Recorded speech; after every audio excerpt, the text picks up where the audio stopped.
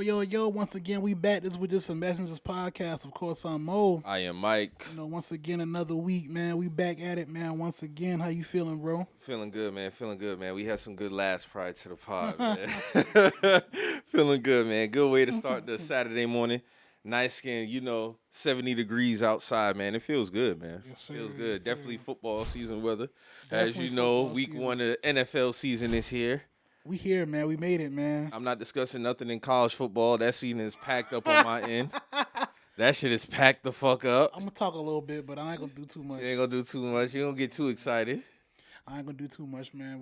I really want us to get to a bowl, and then I'll start.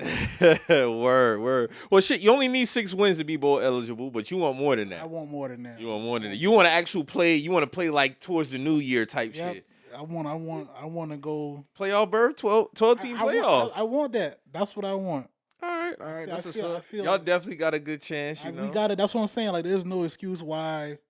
Especially looking at our schedule. I was looking at my schedule last night. I was like, man, ain't no way we don't get a playoff berth, bro. No way, bro. No way. Cam Ward has to completely shit the bed this season for us to not even be eligible for 12 team. So Mo sent me this reel this morning. I'll play this real quick. It's gonna transition into another topic that I didn't even really think about. But I'm gonna play this. I'm gonna play this reel that he sent me this morning real quick.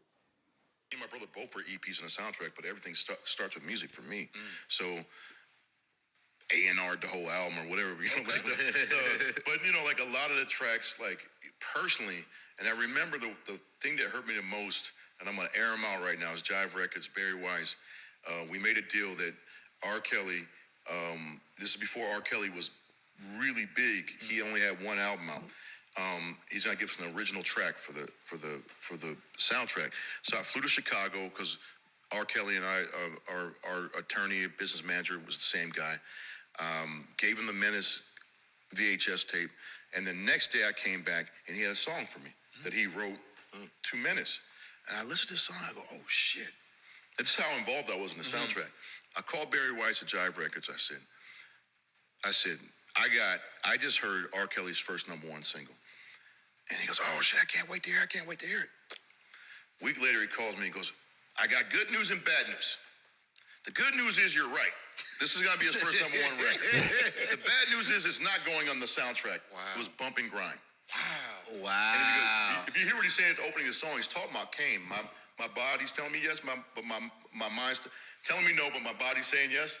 Wow. It's about Kane because of Jada's character, Ronnie, and his father Purnell. Yeah, that's what it's about. Wow. Yeah. Mind blown. Wow. I've never said that publicly, but that's what that was. Yeah. Wow. Yeah. And it was a massive hit for him. Because his first hit. Wow, okay.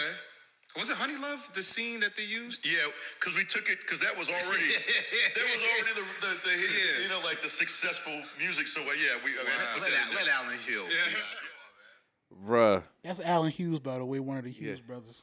Bruh, that's crazy. And also, in that scene, I didn't even think about it. Honey Love was playing, so they must have used that as a substitute. They had to. Honey Love had already been out. Yeah.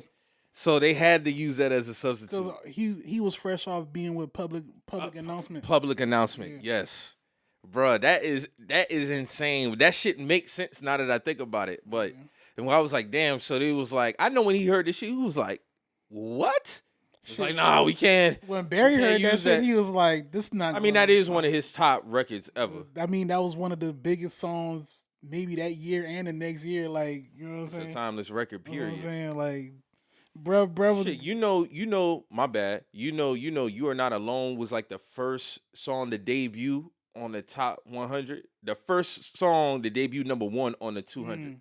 Who wrote that record? Redacted.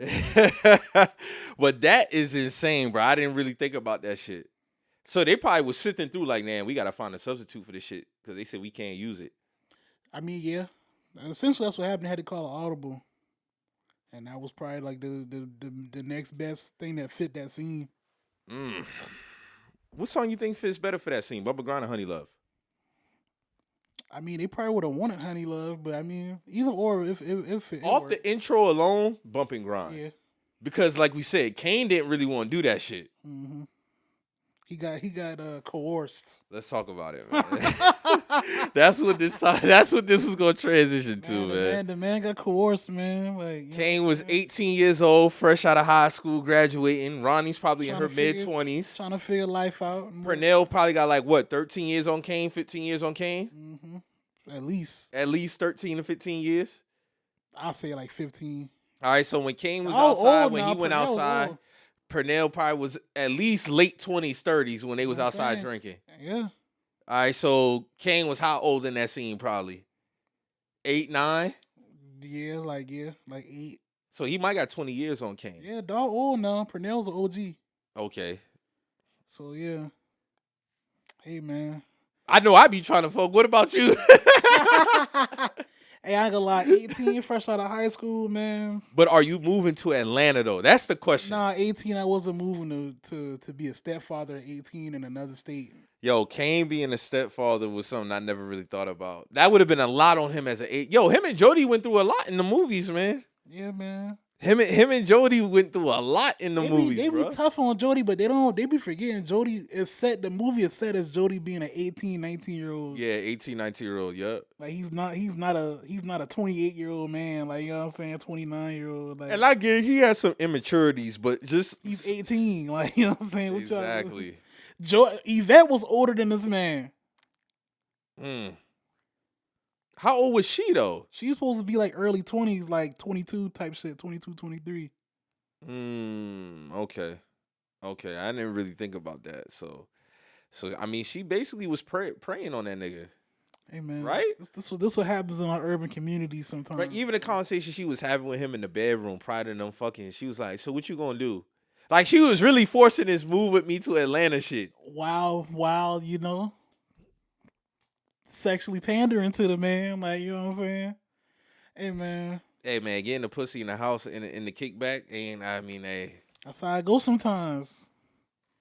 That shit was crazy. Kane was dealing with a lot in that city though. Shit, fuck the city, his neighborhood alone. He fought fucking what was dog character? What was that nigga name, man? This the brother? No, Girl? the one who been trying to fuck on Ronnie. Oh, he was like, I bet he won't be laughing when I showed him this tape. Clinton Powell. Yeah, what was his name, man? I can't remember dog name. He had a funny name too. This nigga was barking at Ronnie. Yeah, he was. Like, yeah, come here, girl. He was drunk though. He was drunk, but then Kane started pistol whipping his ass, bro. He ain't like that shit. Kane ain't like that shit. Mind you, now he just got the pussy. Yeah, that's what I'm saying. That's why he was even in his feelings, bro. Like, he was on high alert. Like, yo, I'm gonna be fucking with my gal in here now. Now that's your gal now. That's his gal now. You know what I'm saying? That's how that shit be going, man. Niggas gonna be overprotective of that box, man. Hey, man. And he young. He ain't know no better, man. Nah, he ain't know no. Kane was, but you know what I think about too though. I don't really think Kane. He was about that life, but he wasn't about that life. He was around a lot of people that was about that life, and he just. You could tell he had that part of him, like. He got caught up in some unfortunate circumstances, man. That's just what it was from the jump. You know what I'm saying? Yeah, his mama died. His mama died. Daddy died. Your best friend is old dog, who's a live wire. Your cousin got killed in front of you. You almost died that night too. But I feel like Kane saw so much that he didn't really want to subscribe to that life. I feel like it's kind of both. He didn't want to subscribe to it, but he was also numb to it at the same time. Think about the convenience store scene right out the gate. He wasn't fucking with that shit. Yeah, that's what I'm saying. Like that was him getting thrown into the water, right? I think he really just wanted to sell drugs. I didn't think he just wanted to be the dope boy. I didn't think he wanted to be no killer. I think he looked up to cousin Harold. You know what I'm saying? Harold was the cool nigga who was just getting money, had his own crib. Yeah, he was a cool fly nigga. Like, you know what I'm saying? Cousin Harold get killed. He got shot. That was his only guidance that he had, to be real with you. He didn't want to catch that first body he caught. That's what I'm saying. He didn't really want to get into He didn't want no retaliation for that shit. He just wanted to get some money, bro. Because guess what he kept saying in the back? He's like, hey, I ain't killing the old people and no kids and none of that. Them two niggas in front, we ain't thinking about that. We trying to get revenge for your cousin, nigga. Them the last two niggas are taught to be saying. Wax and A-Dog. Wax and O-Dog wasn't trying to hear that shit. First off, Wax ain't even listening to what the fuck you saying, bro. Like, Wax like, yo, I know exactly what these. But niggas they was bumping Al Green prior to the hit. Yep. Come on, man. Love and happiness. That's different type of niggas right there, bro. Different type of niggas. But I think Kane always had that in him. Like, he didn't want nothing to come behind him killing somebody. He said it. He said, bro, I never had killed nobody before. But what I knew was I can do it again if I had to. I mean, I don't think he really wanted to kill that nigga for his datings. Like, let's be for real. Nah, that was a come up. That's more of a come up. Like, he just was.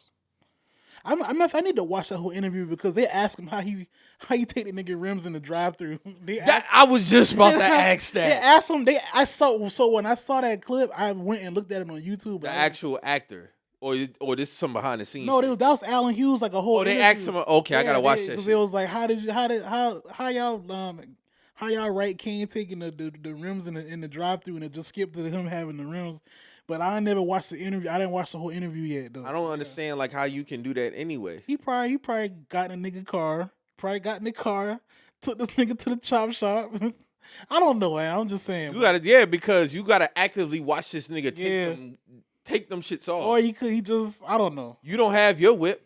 That's what I'm Mind saying. you, now he pulled up in his whip at the fast food spot. He had to leave his whip at the fast food spot. Have somebody probably take him back there and get the whip. I want your stereo and your dating. Yeah, and he took the bracelet too and the ring. You a baller? You a baller, huh? Baller type, huh? He came come up. on, man.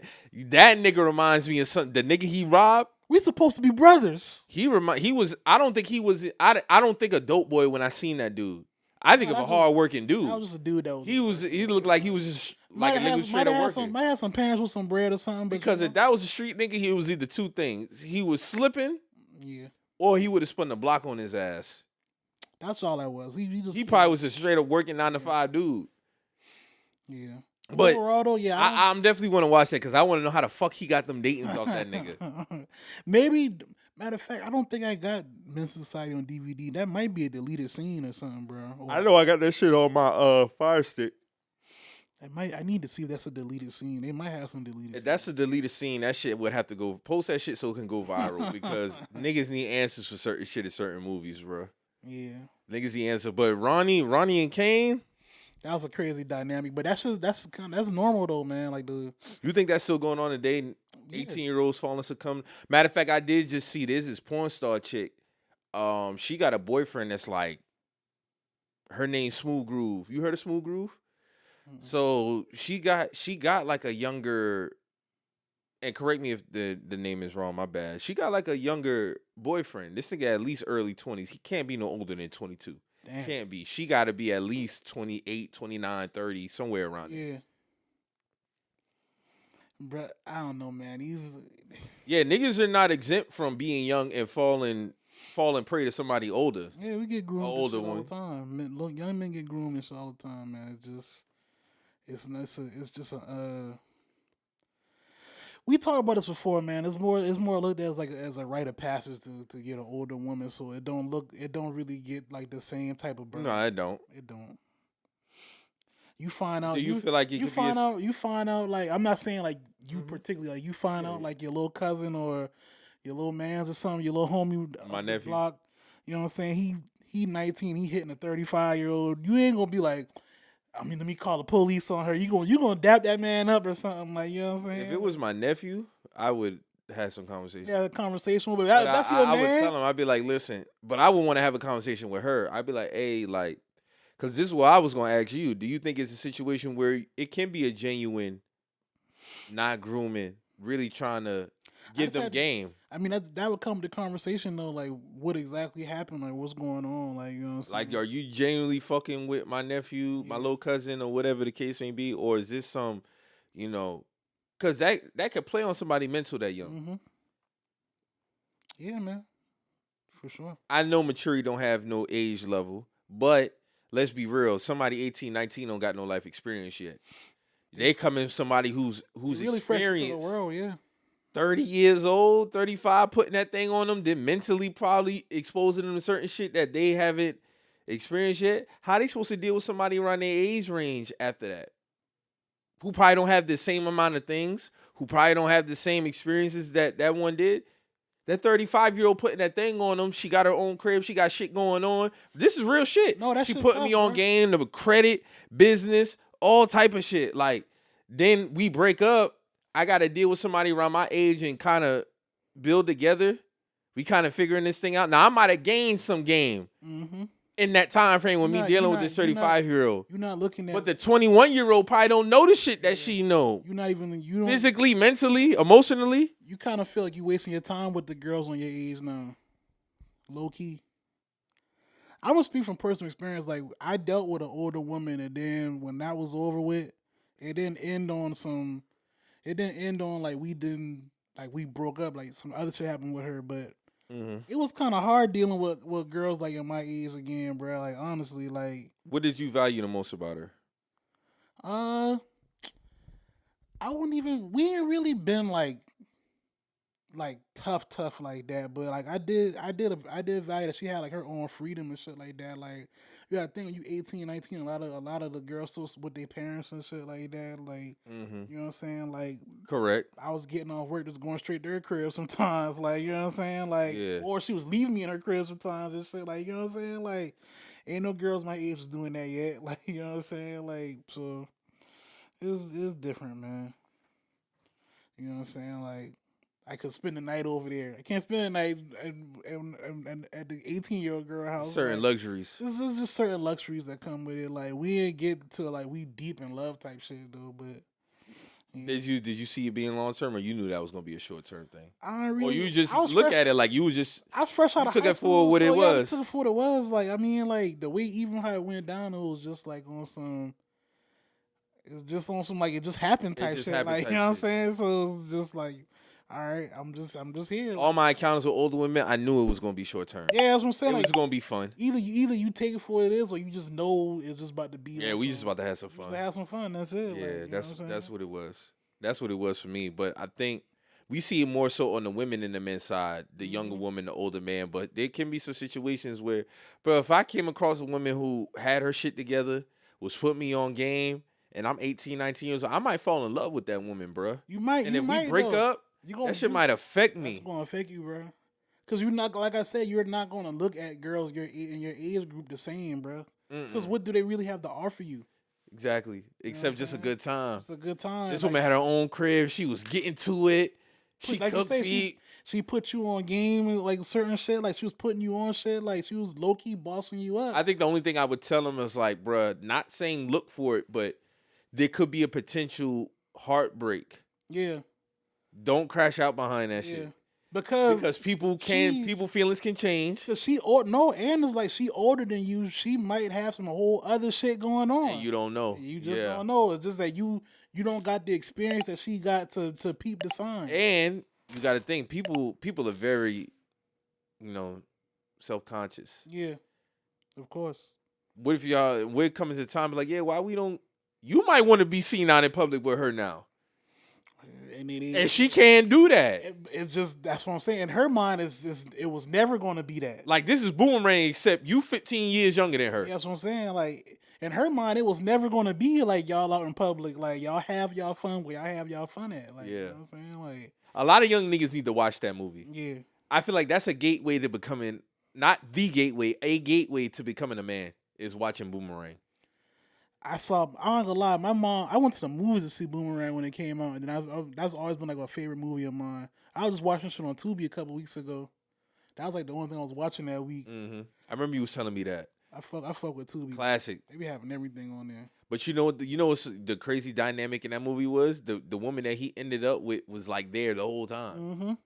The whole time. She knew they was fucking too. Mm-hmm. Like she was like, hey, because remember when she had the conversation, she was like, hey, like, could you kind of like, ease up off, such and such? It's kind of like, so then even Hallie's character, Robin Givens' character, she was just like, okay, like I see what's going on. Like, she was kind of peeping game too. In terms of like, oh, she fuck with this nigga, but she low key ain't shit neither. No, she wasn't. Because she was fucking with his homeboy. She wasn't shit. She never had like that nigga though.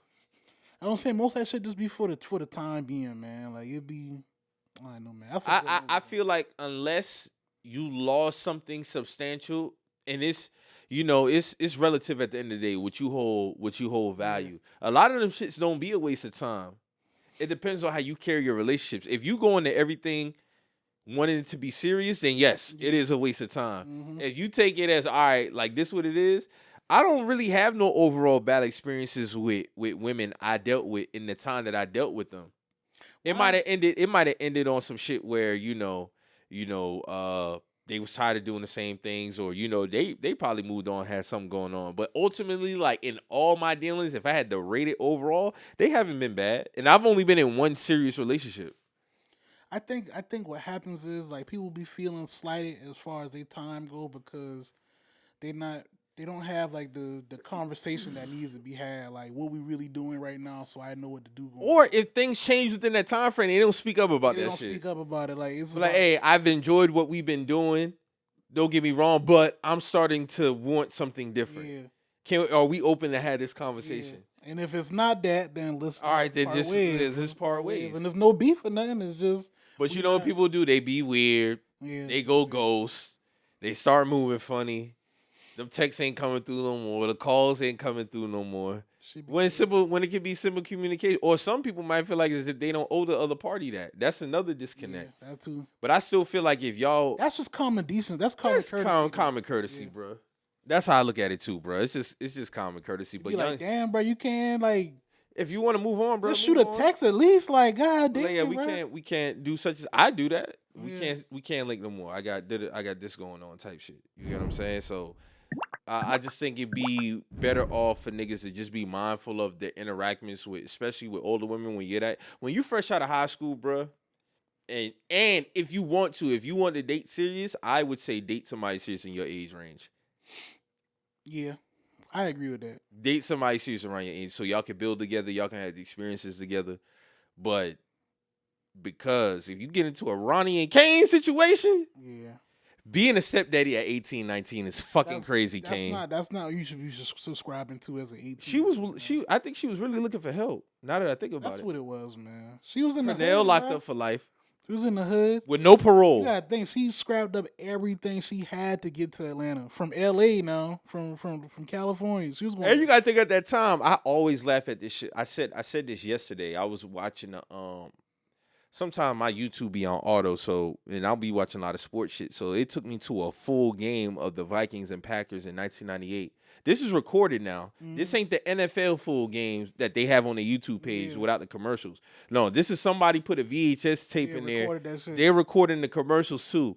And I'm thinking about at that time, you got to remember, she said she was moving to Atlanta for a job for $12 an hour. That was a lot of money back then. That's a lot of money back then. In 1993, that's a good fucking job at that time. That's a you get what I'm saying? Mm-hmm. So Kane probably thinking about it like, because he had the conversation with his grandparents. They kicked him out. He wasn't going to move if they didn't kick him out. They kicked him out because they knew the type of shit he was into, though.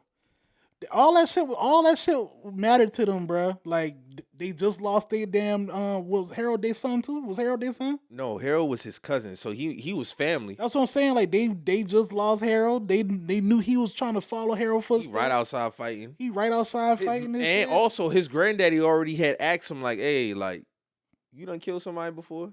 Yeah, he knew. His granddad knew he was in some shit, man. Just based off who was hanging with, bro. Like, you know what I'm saying? He said, "Oh, I heard stories about you." I was talking about old dog. Yeah. Yeah, man. Them boy knew what time. They knew what time it was, man. Them old people don't be dumb, bro. They know what's going on. I think what I appreciate the most about the movies back then, they really speak to that time. Yeah. Like that time frame. Even when you go back and look at it, like South Central Los Angeles. You get what I'm saying? Like the Watts riots that was going on around that time.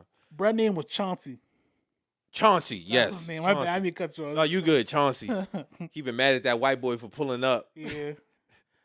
He like, motherfucker, I told you where to pull up at, right? I don't care if I tell you it was there. He said, why don't you come back around 7:30? He says, at night? Yeah, why? You can't come through. You scared? You asked me to get these damn cars for you. That nigga is stupid, man. I always laugh at that one clip that be going viral about him when he was taking a picture with the fan. Oh, he's yeah. Like, this is the office. He's like, hey, man, pick another movie. Another one, man. But yeah, back to it. They really do a good job of covering the area and what was going on. Like you got Juice, Menace to Society. You got Boys in the Hood did a real good job at that shit. Yeah. Boys in the Hood did an excellent job. Mm-hmm. Juice too though. Juice captured New York like in that time. And you always had one like traumatic psycho character. Yeah. Who just didn't give a fuck. In Juice you had Bishop. Men's Society you had Old Dog. And Boys in the Hood you had Doughboy. Was Doughboy psychotic though? Or was I feel like Doughboy was a victim. He was a victim, but you can be a victim and a psycho at the same time. I wouldn't argue that. Doughboy was he didn't have a problem catching a body if he didn't had have a problem catching a body because he was already numb to life, man. You gotta think his mom already chose her son, her favorite son, and was 10 toes on that shit. Like the way she treated Doughboy was so nasty. He didn't deserve that shit, bro. He didn't deserve that. And they probably had different daddies. Probably. That'd be playing a part too. So his daddy probably put her through the fucking ringer. And she took Ricky daddy wasn't around. Yeah. But you know what she got out of it? She got an athlete. She knew. So she thinking long term. That was the meal ticket. Even so, you gotta think. Even the dynamic with that, if Doughboy was the one that had a baby in the house, it would have. It would have been a different type of shit. But since I have a theory. I don't think Doughboy is in that house if he has a baby. Yeah, he get kicked out. He gets kicked out, bro. He gets kicked out. But bro had the baby and the baby mama was in the house. Cooling. You know why? Because bro was about to go to USC on a full ride. Think about how she always acted when it came to Ricky. Mm-hmm. Even when the recruiter had to come to the house. Bro. Yeah. She kicked Doughboy. Hey, y'all get up out of here. Kicked them off the porch and all. Like, y'all get the fuck up out of here, bro. That shit was crazy. She dressed up all nice. Mm-hmm. Hey, Ricky, make sure you, because the recruiter told him, hey, all you got to do is get such and such on these test scores. But you know what really hit her, though, after Ricky died? When she got the test scores and he didn't pass. Remember that scene? Oh, yeah. So, essentially, he would even have got the USC anyway because he failed the fucking test. Yeah. But that whole dynamic between Doughboy and Ricky was so crazy because I'm thinking she had 2 sons that probably had 2 different baby dads. But the reason why she put Ricky on the pedestal, I essentially think she didn't love neither one of them to the fullest. It was one had more potential than the other. One just had more potential than the other for her to get about the fucking hood. That's what it was. Think about when Doughboy got locked up as a youngin'. All she did was flick her fucking cigarette. She didn't give a fuck. She didn't give a fuck about that shit, bro. She didn't give a fuck about that. Doughboy didn't deserve a lot of that shit, bro. As a kid, you don't deserve that, bro. You don't get no support from your mom, none of that shit. All because probably his dad probably just ran her through the ringer. All Doughboy had was the streets, bro. That's all he had, bro. Nigga literally was hugging the block since he was a young buck. Man saw dead bodies at 6-year-old kid ain't supposed to be seeing no dead bodies. They just want to throw football and shit. That's all Ricky wanted to do is throw football. Hey man, that's what happens though, man. Should be happening like that, man. Bro, am I tripping? Was the young boy who played Ricky related to Darius McCray? They gotta be related. Them niggas look just alike. If they was both that age. Darius McCray, that's from Family Matters. Dog do look like Darius. He look like they look like they could be brothers, right? Like he be dog brother. I'm tripping like I don't know who Darius McCray is. Crazy man. That nigga's a crazy nigga, but like they really do a good job of highlighting, you know. Yeah, the movies were accurate back then, man. Very, very accurate. That's why they so timeless. Cause they really speak to the time. Like you could watch Juice, you could still watch Juice today and be like, damn, like they body this shit. Boys in the Hood, they body this shit. You know, Menace to Society, they body this shit. Like a lot of those movies. A lot of those movies, man. New Jersey Drive was fire. New Jersey Drive. Sunset Park was fire. All them New shows Jack accurate, City, bro. New Jack City fire. New Jack City was accurate to a fucking T. That showed the bridge from going from the 80s into the 90s. Especially with that drug game. Yeah. Drug game, everything, like the music, everything. Bruh, the soundtracks is not even the same. I gotta watch that Allen Hughes Above the interview. Rim, all that shit. Above the Rim, yup. All of it, man. Poetic Justice, all these movies, bro. He was a victim too. Yeah, low key. His mama tried to. I will say his mama had a lot more grace than him. His mom was rough, but she wasn't Ricky and Doughboy rough. No, hell. But she was telling like, bro, you need to get your shit You need to get together. your shit- She just want him to be better. That's all it was. Yeah, his baby mama fucking another nigga while her other baby daddy in there with her kids, That shit crazy. with his daughter. That shit crazy. He had to get her out of that, bro. He had to get her out that shit, bro. Had to get her out that shit. But you know what I did appreciate about that though? The fact that Lucky and the other baby daddy was cool. Yeah. Them niggas ain't had no beef. They just knew they baby mama wasn't shit. bro. That's all it be. That's all it be, man. That shit was crazy. Like she literally was in the back room fucking while two of her baby daddies in the living room. That's a wild scenario, man. That's a wild scenario, man. A lot of niggas be regretting that shit, bro. I ain't gonna lie. That was always one of my biggest fears, but I always knew I had control in that situation. Yeah. We strapping up around this motherfucker. You got soul control, bro. You strapping up because having the baby, like my uncle, shout out my uncle, man. My uncle be having me dying laughing, bro. That nigga always be like, man, if I could turn back the hands of time. He ain't having kids if he can go back? Or he'd wait? No, wrong person. That's Wrong his thing. person. Yeah. Oh, Hey, that's how he be. My uncle's a trip though. Wrong person. He don't hate him or nothing like that. It's just like, you know, he just would have did things. He would have did things different. You get what I'm saying? Because a lot of the times, man, I don't think people really understand when you have a child with somebody, bro. You are married to that person forever, in whatever level, to the lowest to the highest. But y'all are connected for life No, that's facts. because of a child that y'all got together. So you still got to go out here. You got to work. You got to handle bills. You got to deal with your old shit. Yeah. On top of this motherfucker with essentially like a cloud over your head. Yeah. Yeah, nigga. I don't wish that on nobody, bro. That's how it works. The best thing to do is just keep it cool. Keep it as cordial as you can, man. That's all I can say. It takes work, though. I will say that. But I mean, you described it to the T. How much can a person change in a lifetime, though? That's That could have just been who they always was. I don't know. It's case by case. People can be fuck ups for a while and then they decide they ain't trying to be like that no more. You are who you are until you decide you're not that no more, man. You can wake up one day and be like, man, I ain't trying to be on that type of time no more. That apply to anything. You could be in a gang 30 years one day and just be like, man, this ain't for me no more. Yeah, bro. yeah. Like, you know what I'm saying? Like that shit. That's just how life works. Do you think with certain time pass, it'd be hard for people to look at you different when you make changes?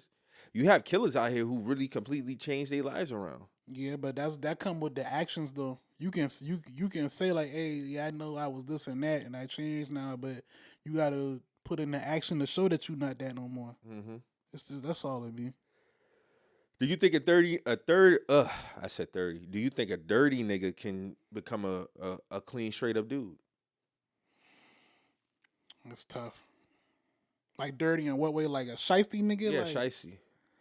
I don't Got know, locked shit, up. Shit like that, like when you like snaking people and shit, like I don't know, man. Cause it's gonna be hard for people to when you like actively snaking people, like people not really gonna trust you if that's like on your jacket, like you a known like, you know, snake. You know what I'm saying? What if like, you robbed and killed people, did 15 years of prison, come home, change?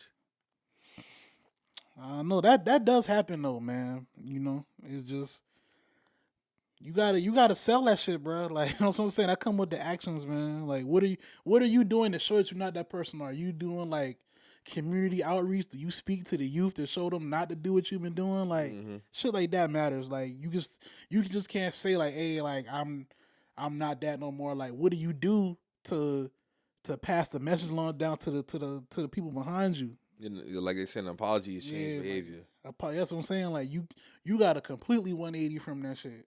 And y'all stop saying 360, man. It's 180. Y'all stop saying that shit, man. 360 comes back to the same You the spot. same nigga. You the same nigga. Somebody be like, man, next year, man, I'm about to do complete 360. I be like, what? So you gonna be in the same You spot. gonna be the same spot? Let me get away from you, nigga. Let me get away from you, bro. Nah, but I'm gonna watch Menace to Society again today, man. I'm gonna watch that movie. I'm gonna watch that shit again. It's a classic though, man. I fuck with the classics, and it's always good to go back and watch some nostalgic shit, man. I'm watching Boomerang too. That's my shit, man. I love Boomerang, bro. Oh yeah, that's just one of the best. That shit Ever, gave me man. that shit gave me a lot of game, man. Shit, it's a lot of movies from back then, like that. Just, I mean, like you said, man. I asked this before. Do you think like we just? I think a lot of us gonna have to accept we hit our peak. As humanity, or It's, like it's, as a culture, or probably as a culture. like society type shit. Or Did you think back in 1997 that this could get better than this? You probably wasn't thinking at that time. You probably was just enjoying the I moment. was too young to think like that for one. But you know what I thought about, Mo, when I was watching that old game from 1998? I remember that time. you remember them times, yeah. And I was thinking, I'm like, damn, like, I seen a Best Buy commercial for around Christmas time that was talking about. I seen a McDonald's commercial for a nugget meal for $3.99. $3.99. Like, I'm just looking at this shit, and I'm like, that meal now like $9 higher than that.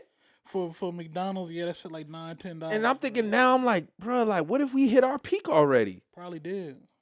So 98, shit, I was playing Madden 98 on N64 because my little brother had got a purple clear N64 for his birthday.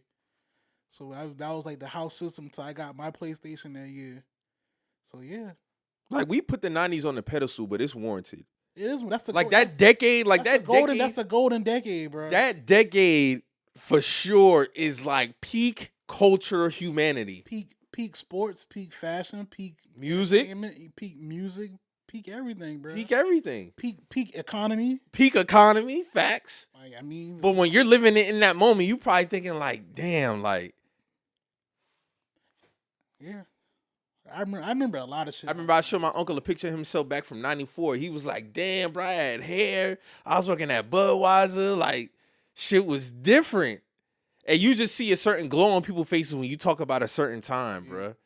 You just be like, damn, like, this really might been the best of the best. My mom sent me a picture a couple weeks ago from like, I think this had to been like 2000, 99, 2000. And we used to always, like, you know, every Saturday is somebody's house. It's always like a cookout or like people just, it was one of them Saturdays. And she sent me a picture. I was with two of my homeboys and one of her friends. Like, I guess somebody took a picture of us. We was just chilling and shit. And I remember, like, I'm like, damn, boy. Like, I remember them times. Like, you know what I'm saying? I remember the whole outfit I had on. Like, my mom bought me this Yankees, like a little Yankees, like, not the official jersey, but like the batting practice jersey. Bro, I always, And I had that shit on with some Air Forces and shit, but you can't see my shoes and shit. Like, when you a kid, bro, you gonna have certain memories are just gonna stick with you, especially when you a kid. Like, I remember always going to Virginia at a certain, like, them early 2000s to go see my cousins, my great grandmother who passed away, 2011, R.I.P. to her. But you just remember them times, cookouts. You get what I'm saying? Playing certain games, being outside for a certain time, watching certain TV shows. facts. My nigga, I seen another game I was watching. I seen a commercial for the Kids Choice Awards. Oh, this Sunday at da-da-da-da. I'm like, damn, bro. Like, I remember that being an eventful time. That weekend, you talked about it at school. Kids' Choice was fun. Kids Choice Awards coming up this weekend. Da-da-da. Like, That's when they used to slime niggas on stage too. slime niggas on stage. Like, bro, when the last time they had that shit? Do they still do it? If they do it, they don't broadcast it like they I do. think they still do it, but it's not the same. That shit ain't broadcasted in prep. Like, nigga, you had Will Smith popping up. You had TLC popping up. You might have had Jodeci pop, Brandy, Mace at the time. Whoever. You had elite performances.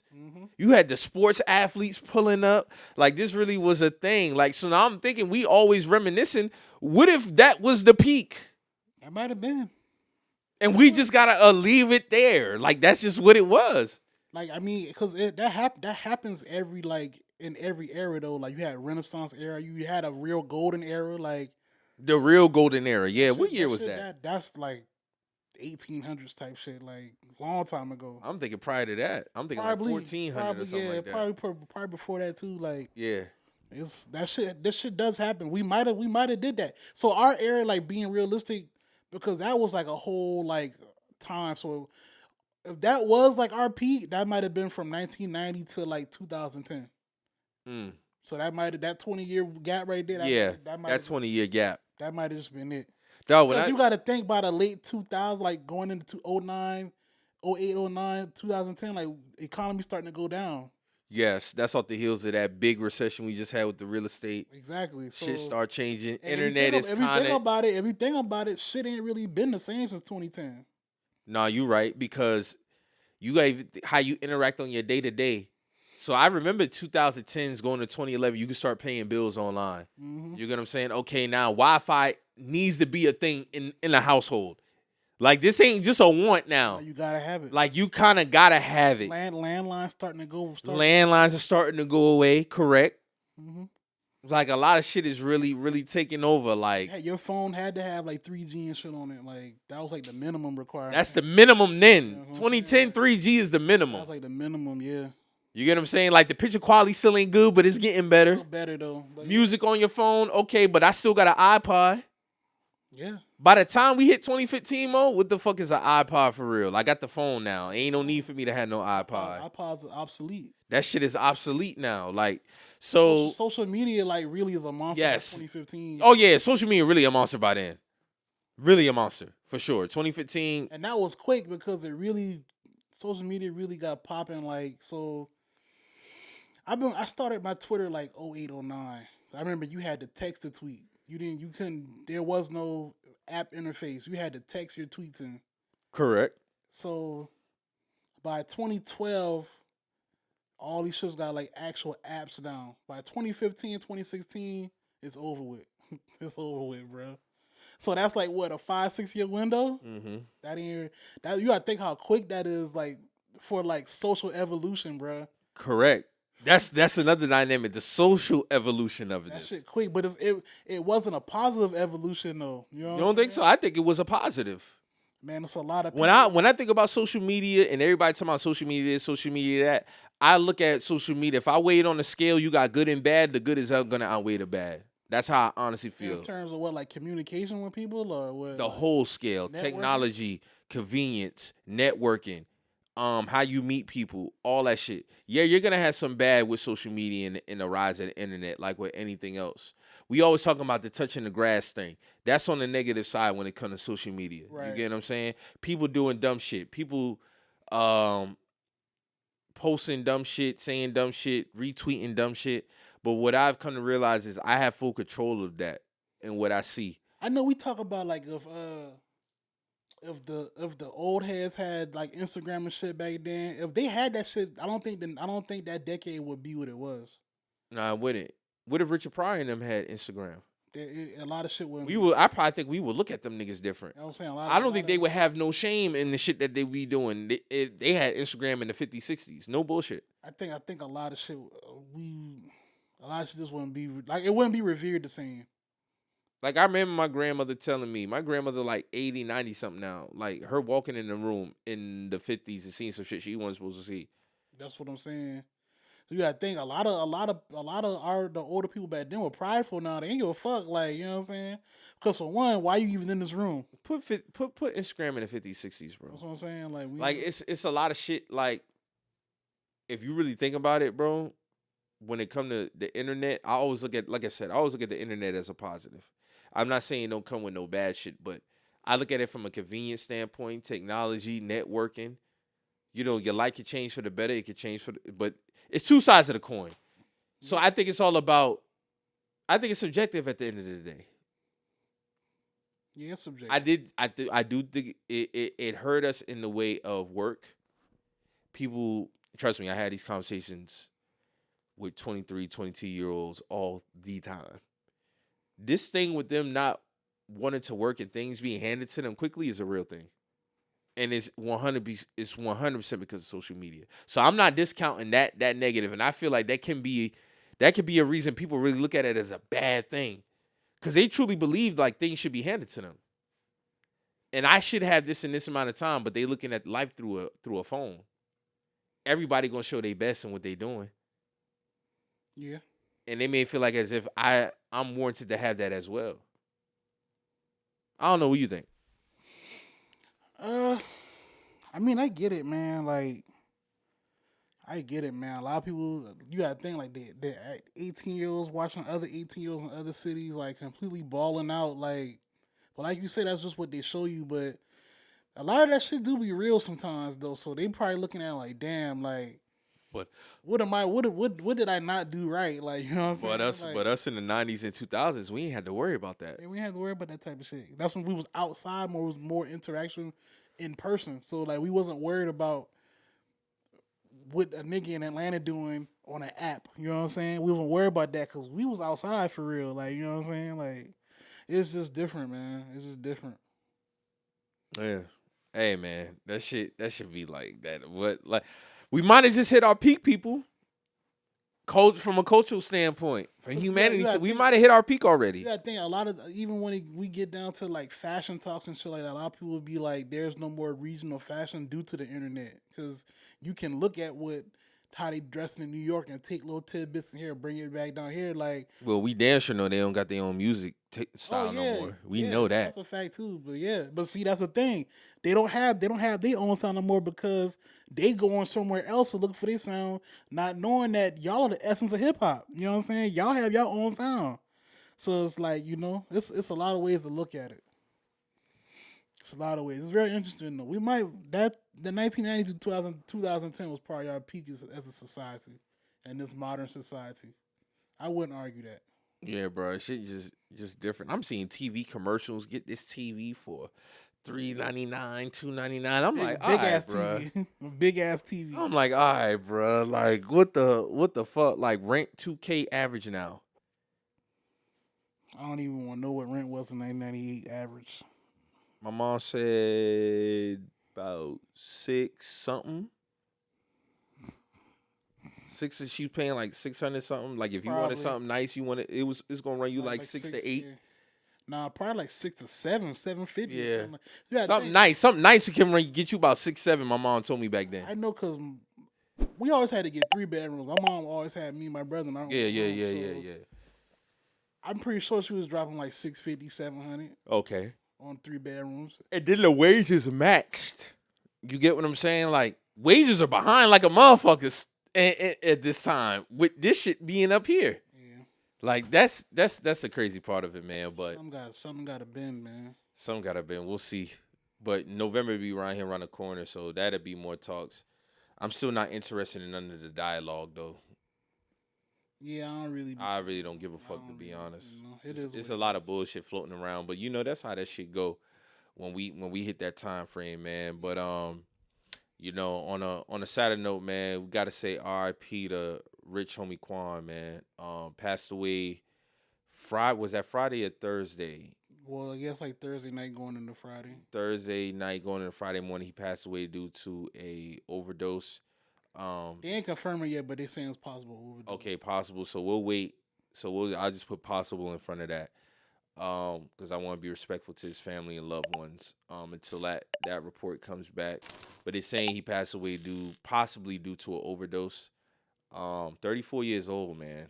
His birthday 3 days after my birthday. That's insane. Somebody who just turned 33, that was definitely an eye opener to me.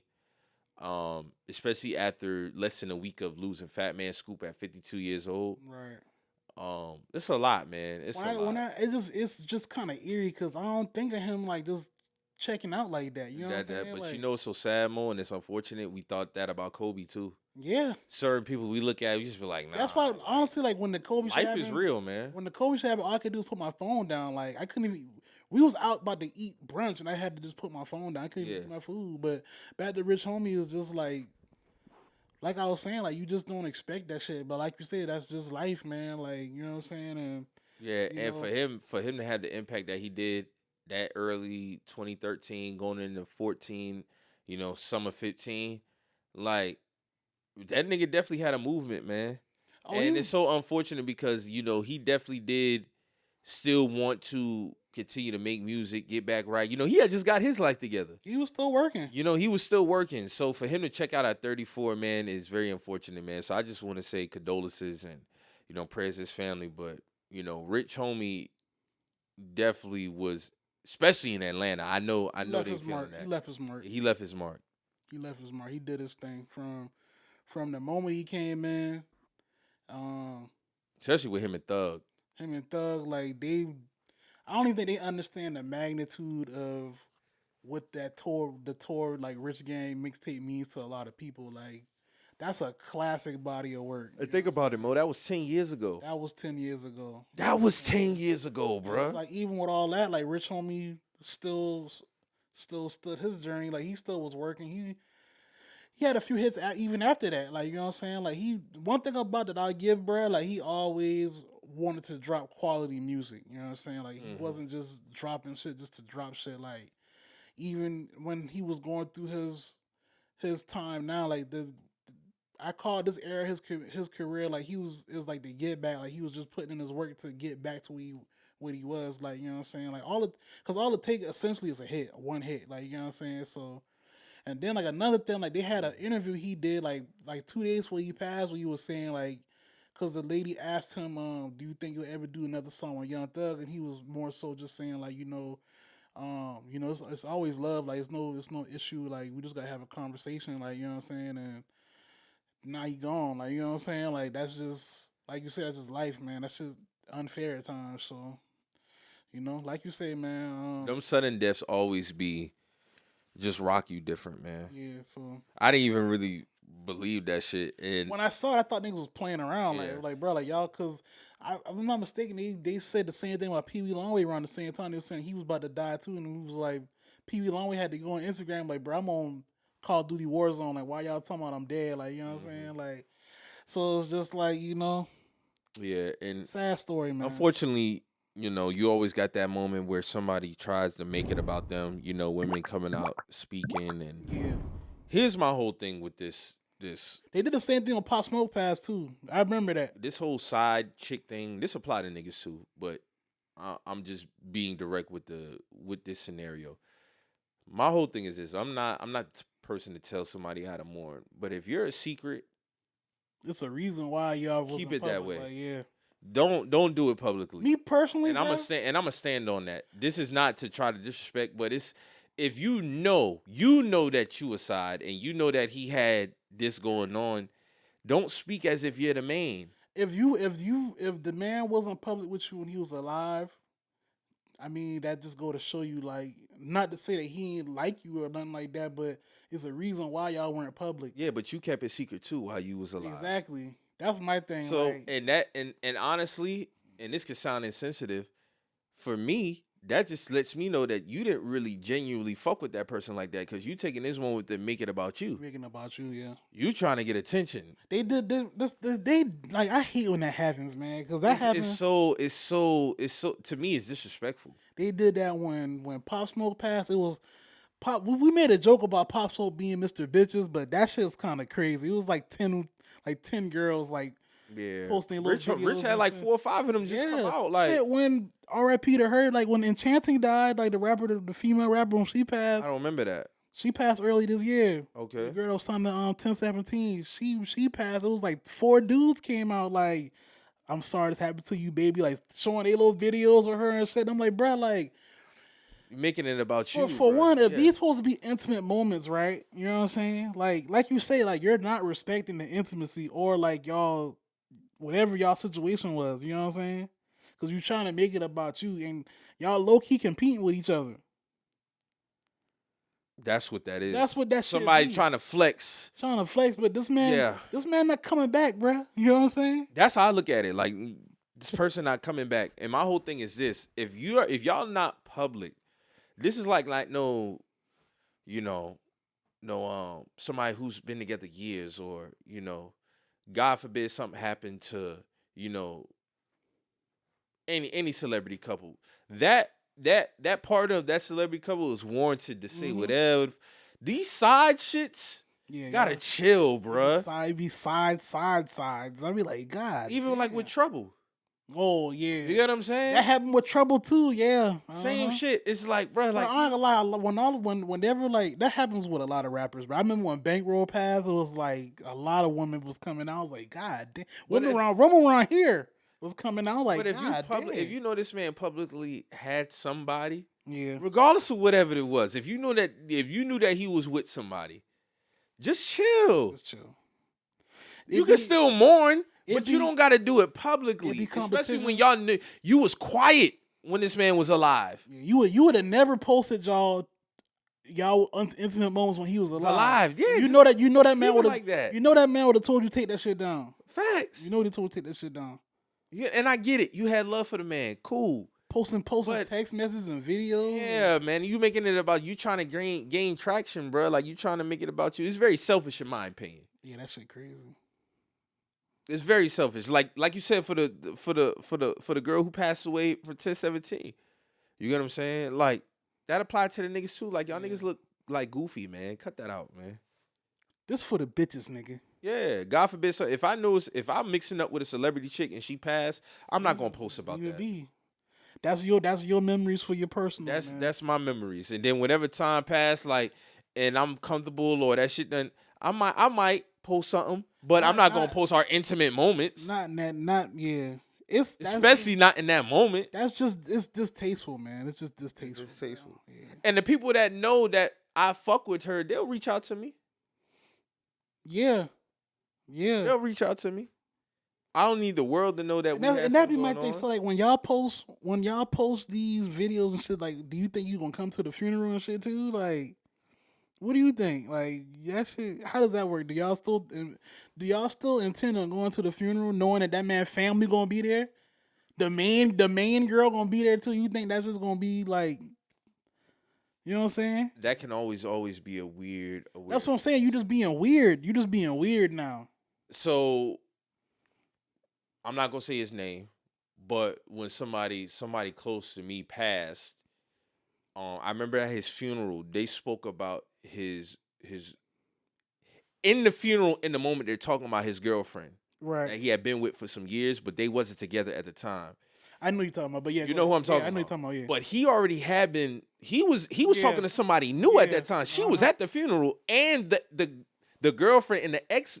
Technically, she was the ex-girlfriend at the time, but she's sitting in the front too. A lot of people still with thought, the mama. You get what I'm saying? She had They had been together for years. Yeah, I know you're talking about. I know exactly what you're talking about. Yeah. But my dog had a new girl at the time who was also at the funeral. It was a different dynamic though. You get what I'm saying? Yeah. Now, I'm not saying the two girls got into anything at the... No. That gotta be a weird feeling, being like, damn, he currently was the dude I was messing with, and he just passed. But the girl at the funeral services is getting this praise and getting this praise and love, but they wasn't together. Mm-hmm. You get what I'm saying? She's sitting in the front with his mama, not the current girl. Yeah, that is crazy. That's crazy. You get what I'm saying? I knew you talking about that is kind of crazy. I can understand how both of them feel in that moment, but I could definitely feel how the new girl feel like, damn, like, what the fuck going on? But she, based off of how I experienced that funeral, she didn't put on no show. She didn't, do nothing. It is what it's kind of is what it is. There's really nothing you can do. Like, man, not here. You're not here. Like, you know what I'm saying? Like, you ultimately, only thing that you can just do is just live life, because one day y'all is gonna meet each other again. Mm-hmm. I have to have that conversation then, bro. Like, and then when you get there, like, was it even worth that? Like, you know what I'm saying? You still be mad at that when you get to heaven? You gotta think of it like that. Like, so just even on just to lighten the mood a little lighten bit. The mood, like, so even if you the one who you reach the other side and you get to visualize this shit, right? But like, damn, my bitch just came out for me. Probably be like, damn, boy. My bitch just showed up for me, it's man. It's like 5 of them boy in there, dog. Man, my bitch just showed up for me, man. The whole roster in here. The whole roster in here. Oh shit! But I wouldn't feel no type of way they didn't speak out on my behalf neither. It just depends. Man, don't speak on me, man. Don't speak on you, Mo. You cool? Y'all boy know I might get out there. And this is no. What if you were single? What if you single, nigga? If I'm single, then y'all have at it. Cut up. Go do a thing. Do y'all thing. If y'all know, like, I got a main situation, don't disrespect her like that, bro. Don't do that. Because it's not even about me now. It's about her. Mm-hmm. Don't do that to her. Yeah, got you. I ain't gonna lie. God forbid, because I promise you I'm not trying to check out no time soon. Facts. If I see the other side, I expect some of them boys to show up for the dogs. I ain't gonna lie. I expect a few of them boys to show up for the dog. Like, damn it. I thought she wasn't fucking with me like that. Was she still came? Our last text message is kind of crazy, but she still came, bro. Like, I got pulled, bro. I ain't gonna lie. This shit crazy, I'm that man. nigga, man. Yeah, man. But ultimately, though, man, I just try to remember Rich Homie in a positive light. I wasn't the biggest fan of his, but he definitely had some bops. He had some hits. Bro, But made, he was always he was a a cool nigga, man. He ain't seemed been like he no- was a cool dude, man. He, He never really was the one to be caught up in no drama. He addressed it, but he wasn't nobody I would seem like who was from how I know it, he addressed it and tried to distance himself from it. Yeah. As far as, he ain't ever been with that type. The only thing I really wanted for Dog was to just really come back and just kill shit, to be honest. Like, on the music tip. I'm just talking from my music aspect. But he did go, and one thing I say about Rich Homie Quan, he held himself accountable. I remember when he was on Mass Pod, and he was talking about the shit that he was going through, and he was just like, man, shit just, happened. I take full accountability for that. Like, I was fucking up. You get what I'm saying? So Rich Homie definitely did have, he had a level of accountability that I respected, man. I do, because I don't like when motherfuckers don't hold themselves accountable. That's one of my pet peeves. Like, if you know you got derailed off your road due to some shit that you did, then just say that, bro. Just own It that. don't take nothing from you to. It don't take nothing from That's you, all. man. If anything, it'll be better for you in the long run. Like, Yeah. and You can again, look- an you can- apology when is change behavior. When you get back to where you was, you can look back at that and be like, "This is where I grew from." You know what I'm saying? So that's all. Yeah. So that's all you can do is grow, man. And, all you can try to do is just celebrate them, man. That's all you can do. But it opened the door for another conversation that that makes some people uncomfortable as far as drug usage and stuff like that. Again, the report hasn't came back, so I'm all saying this is possible, just to not to disrespect his loved ones and family. But if it is that, man, like, we shouldn't have to say that when these moments happen. Like, niggas should know better when it comes to certain shit that you fucking with. And if you are, like, do away with it, bro.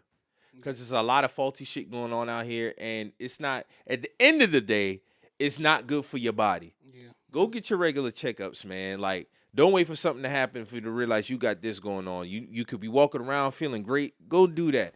If you out here, you drinking more than what you should, do that shit in moderation, bro. If you smoking some shit and you're not privy to what you're smoking, you need to be aware of that. You get what I'm saying? Like, this popping pill shit, I've never been a fan of that. I've never been a fan of popping pills. I've never been a fan of heroin, cocaine, none of that shit. None of that. Not saying that's what Rich was doing. But if there was something that had to do with a drug overdose, niggas need to just be more mindful of what they're intaking in the body. Me and Mo say this shit all the time on the pod, especially in comparison to animals. Our bodies are very fragile, bro. It can withstand some shit over some time, but then you just numb it. You putting a Band-Aid over it at that point. You get what I'm saying? Your liver could be fighting for your life. Your lungs could be fighting for your life. You can have an organ in your body you don't know about fighting for his fucking life. Facts. You get what I'm saying? So just be mindful, because I saw that was a topic that was spoken about after, and people like to be conscious, and when it comes to this whole drug talk, we seen the effects of drugs in our community since the 50s, 60s. We know what it can do from all levels, from the highest drug to the lowest drug. We know what it can do. That's a fact, man. All in all, man, rest in peace, bro. You know what I'm Facts. saying? Just went in on that note. But y'all also be safe out here too, man. Yeah, Like, be safe, man. and honestly, man, like, I know he can't speak, but I just want to know how Thug feeling right now behind that shit, because I know they did have their little moment where they, had a disagreement, but I don't think it was really like no true love Ain't loss. been no true love loss to where it ain't affect you if you find out the man passed away. I'm pretty sure, like, I know Thug got to be feeling some like, type of damn, way, bro. Like, we didn't even get to make that shit right. Right. Man. Like, you know what I'm saying? Like, And that's why I always be telling people. I was telling my homegirl some months ago, this is a little bit after my sister passed, and this is why I always hold our last moments talking close to me, because we didn't really end on no bullshit. And I was telling the homegirl that I fuck with, like, her and her sister be having back and forth, and I'd be like, man, listen, that shit ain't about nothing. Fix that shit. You and your mom. You get what I'm saying? You, your mom, your sister sit down, because God forbid something happen, you will be fucked up about that shit, regardless of what y'all was arguing about. Because at the end of the day, you ain't getting another sister. You got that one. You ain't getting another mother. You got that one. You get what I'm saying? So a lot of that shit don't be about nothing for real. So I know Thug been going through a lot these last couple years. A lot. yeah, So for him to probably hear that, definitely had to rock him, regardless of what they back and forth, because that was the homie for real. yeah. that 2013, 2014 Thug and Rich Homie, like, them niggas was on tracks together. They was killing shit. They was going on tour together. Them niggas had a real friendship, from my perspective. Yeah, I mean, that's what And it from was. what people tell me who live around that area. That's what it was, man. Rich Homie and Thug had college parties on tilt. Yeah, that's how they got together. They both was killing shit like in their own, and then I don't know, man. Birdman a genius, man. When he put them two niggas together and just locked them in the studio, it was just like magic, man. Yeah, I know Birdman definitely feels some type of way about that. I mean, but we saw the outpour of love, man. Quavo, that picture that he posted, man, that shit low key was heartbreaking, bruh. Yeah, But he did say him and Offset had a conversation. That was one relationship that I always felt like it just needed time. that just needed time. That's a lot that happened. He funny between for putting Offset. that damn emoji on top of Offset head though. That's the only thing I really didn't like. I didn't like. That's him some putting drama that for heartbreak. shit, bro. Yeah, I didn't like. That's him putting some drama for heartbreak over shit. Nah, I saw that shit. I was like, okay, I Offset. At get. the end of the day, y'all two really need to be talking more than anybody. Yeah, Like, this is That- the time just- for Offset and Quavo to really just be looking coming at that together. picture, bro, he should have been like, man, let me pick up this phone, man. Like, fuck all the bullshit. Because, you know, we coming up on 2 years of Takeoff being gone. Damn, it was 2 years. 2022. November. Yeah, that's sad, man. October 31st. Yeah, he died October 31st. And how I know is because my sister passed damn near the same day a year later. Yeah, So that's how I know it's coming up on 2 years, because I'll be coming up on 1 year for my sister. So that shit there is just, you know, niggas need to talk. yeah, Get with each other, man. Sit down. Like, Quavo and Offset, man, life is short. If anything has taught Quavo and Offset over these last couple years, that life is short, bro. life short and shit move quick, bro. Shit move quick. I'm pretty sure neither one of them boys expected on that day in October that was gonna be their last time like experiencing Takeoff. Like, you know what I'm saying? Hell no. So it's just Hell, like, no way they you know? thought that. And y'all real family. Like, y'all not like some niggas that That met through the industry type shit. Nah, No, y'all are- family. Y'all for are real. actually blood. So it's like, you know. Yeah, man. I just want niggas to be right, man. Again, RP to Rich Homie Quan, condolences to his family, man. And, you know, man, just continue to celebrate that dude, man. 34 years old, man. That's nobody's supposed to check out at 34, bro. And again, RP to Fat Man Scoop, bro. I definitely watched that You Got Served intro a few times, man. After hearing that. I watched the real video. That real video was The crazy drop, too, bro. the drop. Yeah. Them boys in their bag in that video. Bro. RP to Magoo too, That's man. a piece of Magoo. Somebody made a data point too. Like, Timbaland the only person alive from that song now. Like, That is crazy. that's bro. crazy. That's crazy, bro. Like I just want to see us continue to get old and flourish, man. I definitely want to see that, man, because niggas is just unfortunate, bro. It's unfortunate, man. Dame Dash, man. Oh man.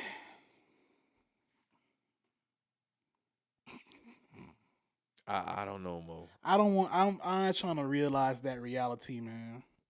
Listen, man, I met Dame Dash a while ago. He opened his art gallery here, man, and that was all. I had a few celebrity interactions in my lifetime, but like meeting Dame Dash just for like that little 5 minutes that we was able to talk. I wasn't trying to like do too much, but that was like the pinnacle, like, of growing up in the 2000s to me. Like, watching Dame and how he was moving and shit like that. Like, for me growing up, like, it was always like watching like the businessmen growing up. I always had like a good respect for Dame. You know, I always speak highly of Suge Knight on the business side on here.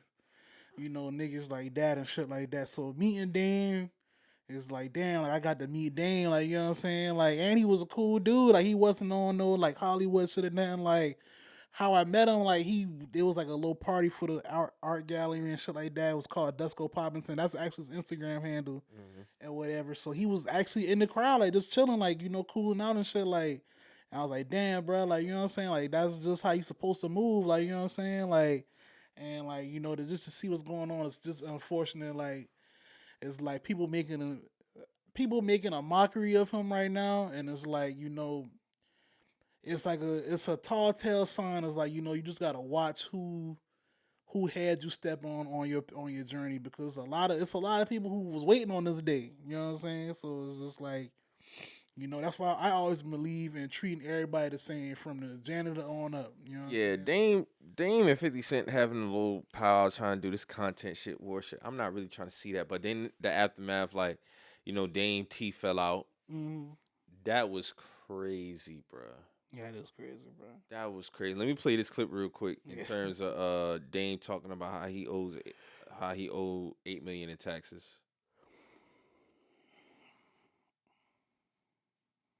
I realize something. When someone says $1 million of money, hell no, it ain't no money. Nigga, I owe $8 million in taxes right now to one state. $1 million ain't gonna help me. I can't even have no money until I make at least $16 million. I gotta pay the taxes. If I got $5 million, they taking it. So all that money always gonna go back into the work until I can make it into $100 million. Where if I pay the tax, it don't hurt. But that's what real hustlers do. I'm still putting the money in the street. The people I pay still pay taxes, so they ain't that mad about it. Then let me play this other one. Dame talks about how he helped people fuck them over. Mm-hmm. And yeah, niggas be really acting funny. Niggas definitely told niggas they gotta choose a side. But when you doing it on your own, it don't even matter, man. I'm on this journey on my own. That's what I choose. I wish I had an Eminem and I wish I had a Dr. Dre to say, yo, you can't blackball that man. But I ain't got that. The niggas I put on are the niggas that's fighting me the most. That shit is crazy. But it is what it is. You know what I mean? It is what that's the challenge that God gave me. Help people, and then they try to fuck you over. Pause. But either way, the challenge is, despite all that, will you still play fair? Yes. No matter if niggas is cheating or not, I'ma still play fair. Yeah, man. I don't like to see Dame like this, man. I don't like to see Dame like this. And I get his gripes. I get his frustrations, but Did he ever get his money back from Lee Daniels? I don't know. I'm pretty sure if he didn't, he would still be talking about that. He probably did. I'm not sure. Lee Daniels, I never forget that clip that went viral. That was crazy. That was crazy. Whoever caught that on camera, boy, they was locked in on that motherfucker. Locked in on that. That's crazy. Because when Dame was, Lee couldn't even say nothing. What could he say? He was trying to talk at the Dame podium. was like, you. He was at a podium trying to talk, like, you know what I'm saying? Like this is No, them boys was in the aisleway of the auditorium talking. Yeah. You get what I'm saying? Like, and Lee was just standing there like, bro, like, you owe me my money. What's wrong with you? You wrong. You dead wrong. I remember that. What year was that? Like 18, 17, somewhere around there? Like 2017. Then he went ready to talk about that shit. Like, I can understand. Dame probably has been backstabbed by a lot of people he felt like he helped. This how I look at this shit with Dame, right? Mm-hmm. And this coming, like I said, it's come from somebody who really looked at Dame. Like, yes, he has been backstabbed by a lot of people, right? He has been backstabbed, and like you said, like he has his gripes. He has his right to have his gripes. You know what I'm saying? I feel like he made a couple key mistakes. Is he let the Jay-Z shit consume him at a point. And it's like, I get it, bro. You know what I'm saying? That man y'all was considered family. Like, he was your son's godfather, all kind of shit. Like, you know what I'm saying? You just can't let that type of shit consume you. Like, I get it. Like, you know what I'm saying? But it's like, Rockefeller broke up, 05, 06? Mm-hmm. Like 06, really? Officially 06. So it's like, we coming up on 19 years.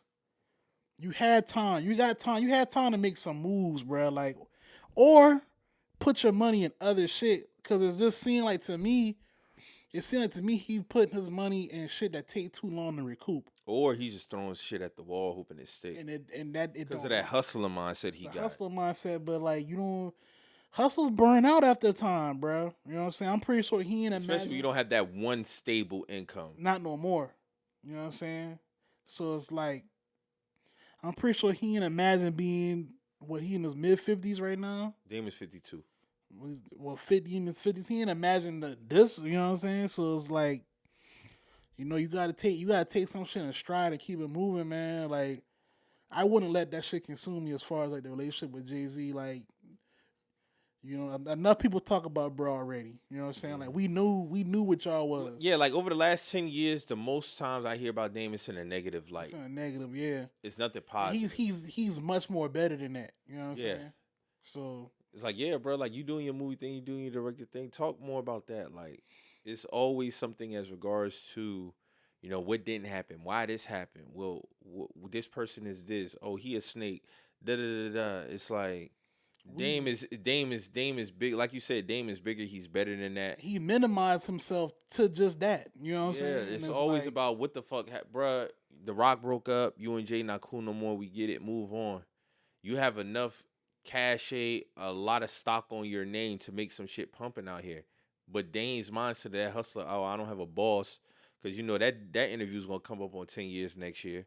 That shit ain't really in the long run. It's not really gonna look good in the light, because at the end of the day, if you always send on that mantra, well, then that cloud over your head is that $8 million that you owe in taxes, and we all know that ain't the game. Lil Wayne had to get help from Hov to help pay his taxes. You get what I'm saying? Wayne is one of the top rappers ever. I don't know what the amount was. It had to have been a crazy amount for you to have to reach out to Hov, or Hov did it on his own, whatever the case may be. But this man when I heard Dame really like kind of say what I was saying, this is how I know that auction is definitely needed. oh yeah. I never really knew why. I felt he was just doing it for petty reasons. But you owing $8 million in one state is kind of insane. He owed $8 million in one state and like $2 million in another state, and then he like $400,000 behind in child support. So like all together it's like 10.3, 10.4. So it's like, you know, that's why he kind of said that 10 million number like when he first announced the auction with the chains and shit. He was like, if you spend more than 10 million, I'll give you one of these chains, basically. Like, so Dame really is down bad. I mean, that taxes can really put a cloud over somebody's head, from the lowest to the highest level, bro. Because it's all money is relative at the end of the day. So certain dollar amounts, in the context of that conversation, I can understand him saying $1 million ain't no money for him. I owe I'm gonna $8 be million real. in taxes. I'm gonna be real. Like, a 50. If I don't, did he? So like when the 50 Cent shit happened, was 50 Cent referring to like a personal conversation they had? Like he told him that to his face, like $1 million not no money. Nah, he was just saying in general when people say, "Oh, $1 million ain't no money." I think that's what Dane was saying. Cause I remember like when he broke down that shit on that. What was that? That was like a long time ago, bro. Yeah, I remember. I don't think he was talking about 50. I think he's talking about a rapper in general. He was talking about in general, yeah. And but you know 50, he like to make shit about him too. So, or it might have been other. This is where he was talking about 50. I don't know. I never known Dane to speak about 50 back that's then. what I'm saying. So it's like I remember that. So he probably was just talking about at the time where he was just talking about rappers. I gotta watch that clip again because he did say like. I think he was just talking about rappers. Period. I mean, but I remember a lot of people like, yeah, he ain't lying. You know what I'm saying? Like, so what's the big deal? Like when you talk, like like you say, money is relative, right? So $1 million ain't helping Dame right now. $1 million wasn't helping him back then either because he broke it down like, yo, $1 million, this is what it really is. Like if you sign for $1 million, first off, bam, taxes coming off, so you already losing. Yeah, it's all relative. $1 million is a lot of money to me. I mean, yeah, to us, you know what I'm saying? We have different overhead, like different shit. Mm-hmm. But a nigga who run one of the top record labels, CEO on the top record labels, that's not shit to him. Mm-hmm. You know what I'm saying? I remember when Dame was on Burps Club, he said, "Is $100,000 money to you?" And Angela Lee was like, "Yeah, it's money. It's money. It's $100,000.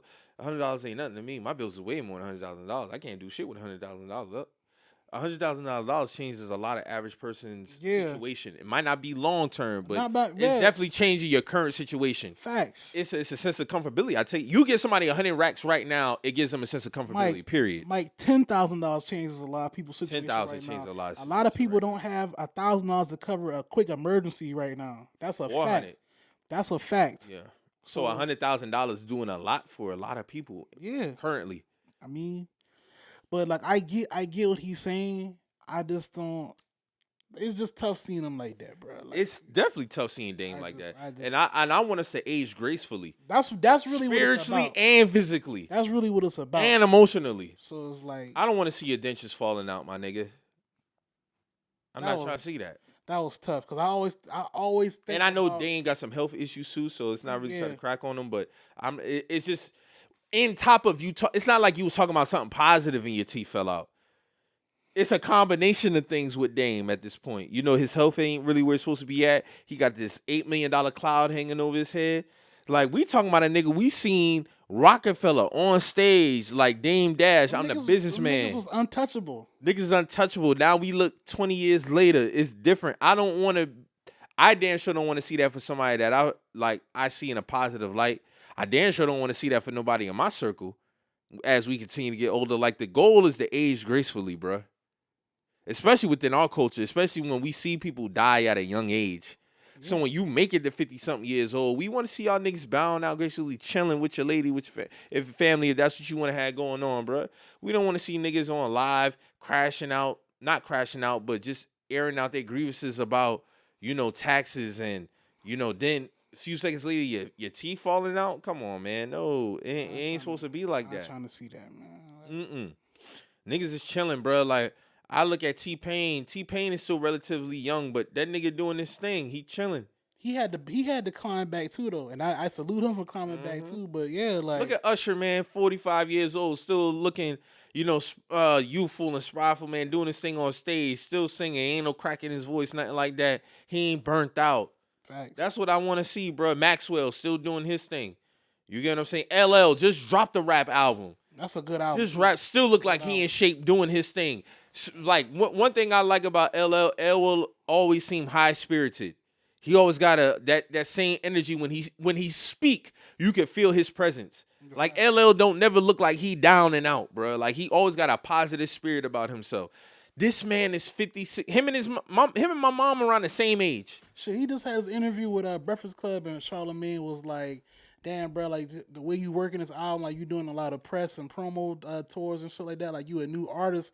He love it for real. He been like, bro, you not tired? Like, you know what your age and something? He was like, bro, I've been tired the last 30 years, but that don't really mean nothing. Like, you know what I'm saying? Like, I still got to keep it moving, like, you know what I'm saying? So, and that's when LL, you could tell LL really loves this shit from the full scale. Cause he even said when I watched him with Budden, he was just like, I never really saw myself, being. He was talking in reference to a joke he heard like a younger kid make, and they heard him doing something. They were like, damn, he would be such a great rapper. And he was like, I laughed at it because that just lets me know that, what I did was really some great shit. Yeah. Because a lot of people don't know LL to be a rapper. They know him to be an actor. You get what I'm saying? But when LL came in the game, he's a rapper. LL probably never saw himself being this great actor, but he attacked everything with, I'm going to accomplish this. But I've never seen LL down and out. And he done had like what, 3 different careers now. This man have been in the game 30 years plus, bruh. Damn near 40, honestly. Almost 40 years. When he came out, like, what, 84, 85? 85, like 85, 86? Also 40 years. Yeah, yeah, 40. it is 40 years. Like, legit 40 years. Legit 40 years. So, can't take nothing from LL, bro. But that's how it should be for the majority of us. Mm-hmm. From the lowest, I don't care if you the lowest tier of notoriety when it comes to rappers, still age gracefully, bro. Because you still have you're still here. Everybody has a pillar in this ecosystem. Yeah, that's a fact. That keeps it flowing. Everybody don't gotta be LL. Some people gotta be, the Vados, the Ace Hoods. There's nothing wrong with that. The 2 Chainz. You get what I'm saying? That's no disrespect. Everybody got their proper place. Everybody got their proper place. You get what I'm saying? Like, I would be hurt if something was to happen to one of y'all niggas, man. For real. Like, because at the end of the day, everybody has. I don't want to see none of y'all niggas checking out early, bro.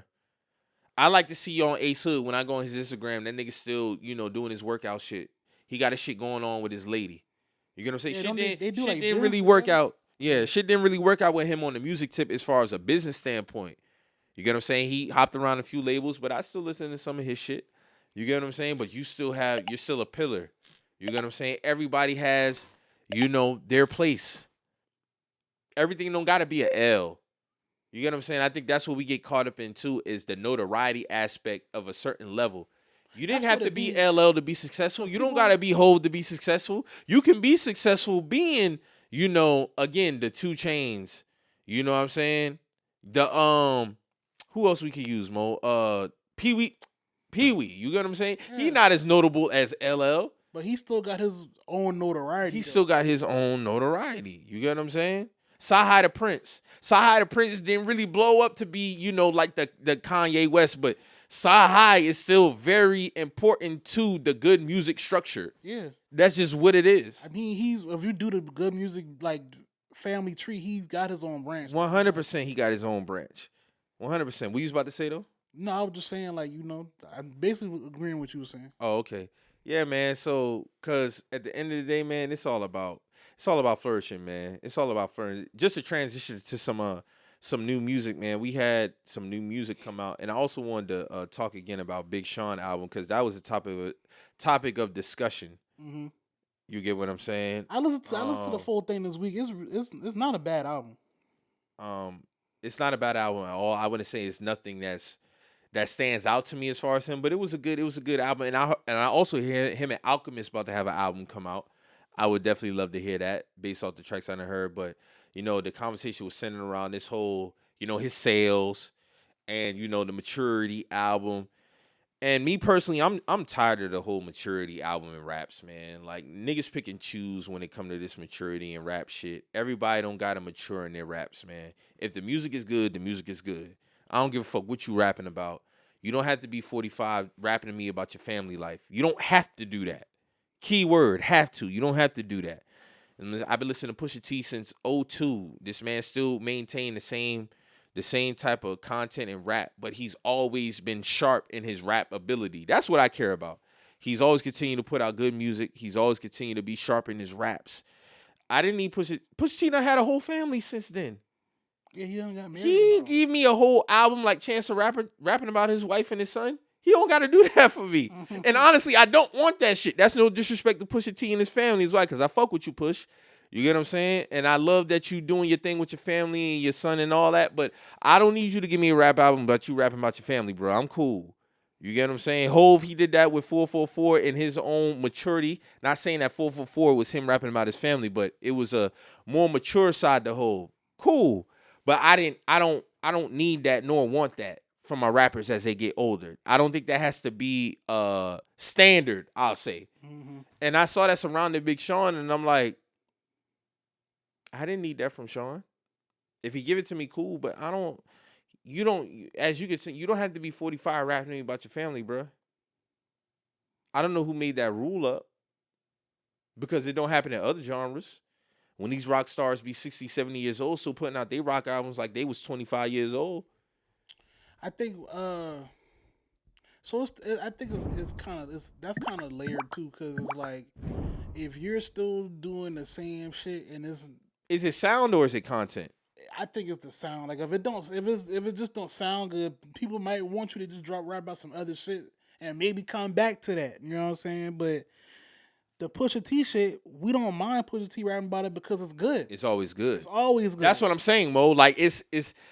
I feel like they use a mature shit as a lazy prop to say I don't like the music. Just say that. That's my thing. Just say you Don't say, oh, I need mature. You don't want mature raps. Right. You don't want that. That's just a lazy take for people to say I don't like this shit. Cause y'all only use that when you don't like the music from a certain rapper. Don't tell me that I never wanted to hear mature raps from 2 Chainz. Keep doing what the fuck you doing.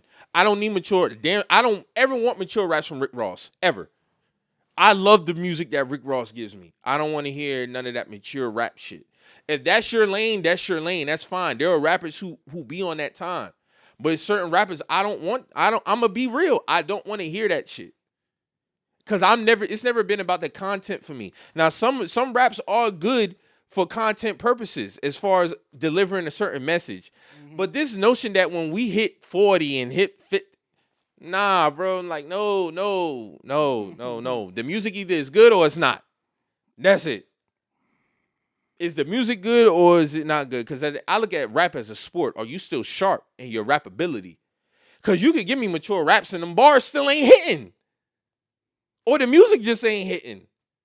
That Chance the Rapper album is ass, and I'm gonna always use that as an example because that was the makeup of that album. Him rapping about his wife and his I family. love my wife. I This love my not- wife. I love it's my no- kids. And again, this is no disrespect to Chance the Rapper's family and his wife. I'm talking about the music. The music just wasn't good. But you're gonna sell me this album in the terms of your wife and your family. Okay, but the music wasn't good though.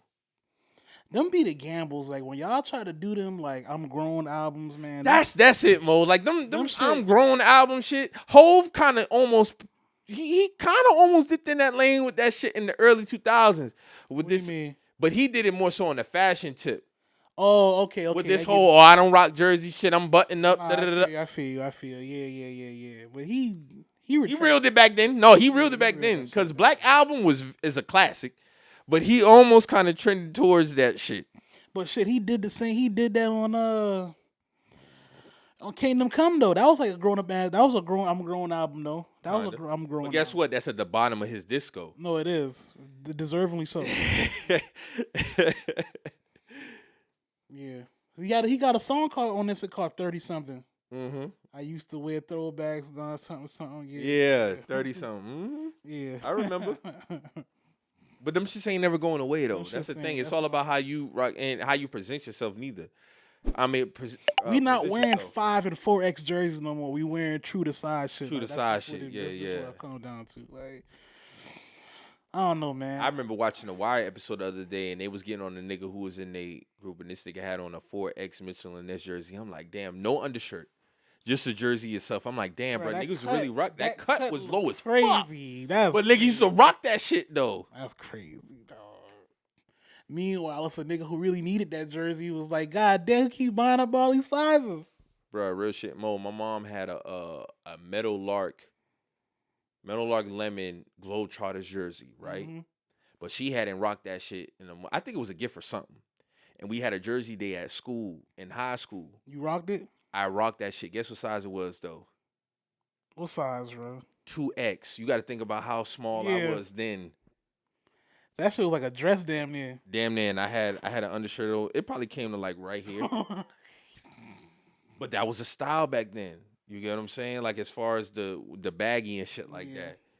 But dog, I was looking at that jersey in the Wire. I'm like, no undershirt on the block. But yeah, but I think with this mature rap shit, man, it's a lazy take, bro.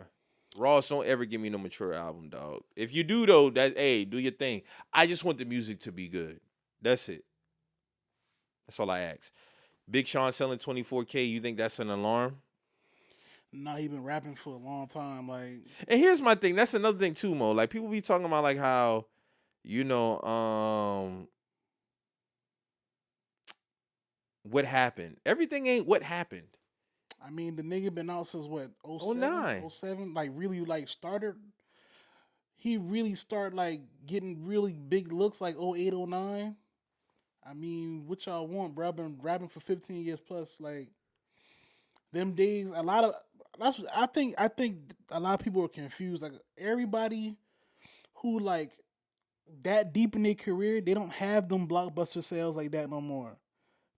For the You most had part, some exceptions to the rule. got But the exceptions. average rapper, no, they don't. you got exceptions, but that's few and far between. And that was part of the reason why, part of why he was never in the big 3 tier. And that's not a knock on him. It's not a knock. Everybody I got feel a like place. At this point, like, the people who buy his album, those are core fans. Like, you Bro, know? somebody asked the other day, like, are we over the days of people saying, nah, you still got Nicki Minaj, you got Future, you got 21, Travis who's gonna do 100, Drake, Kendrick, Cole, they're gonna do 100.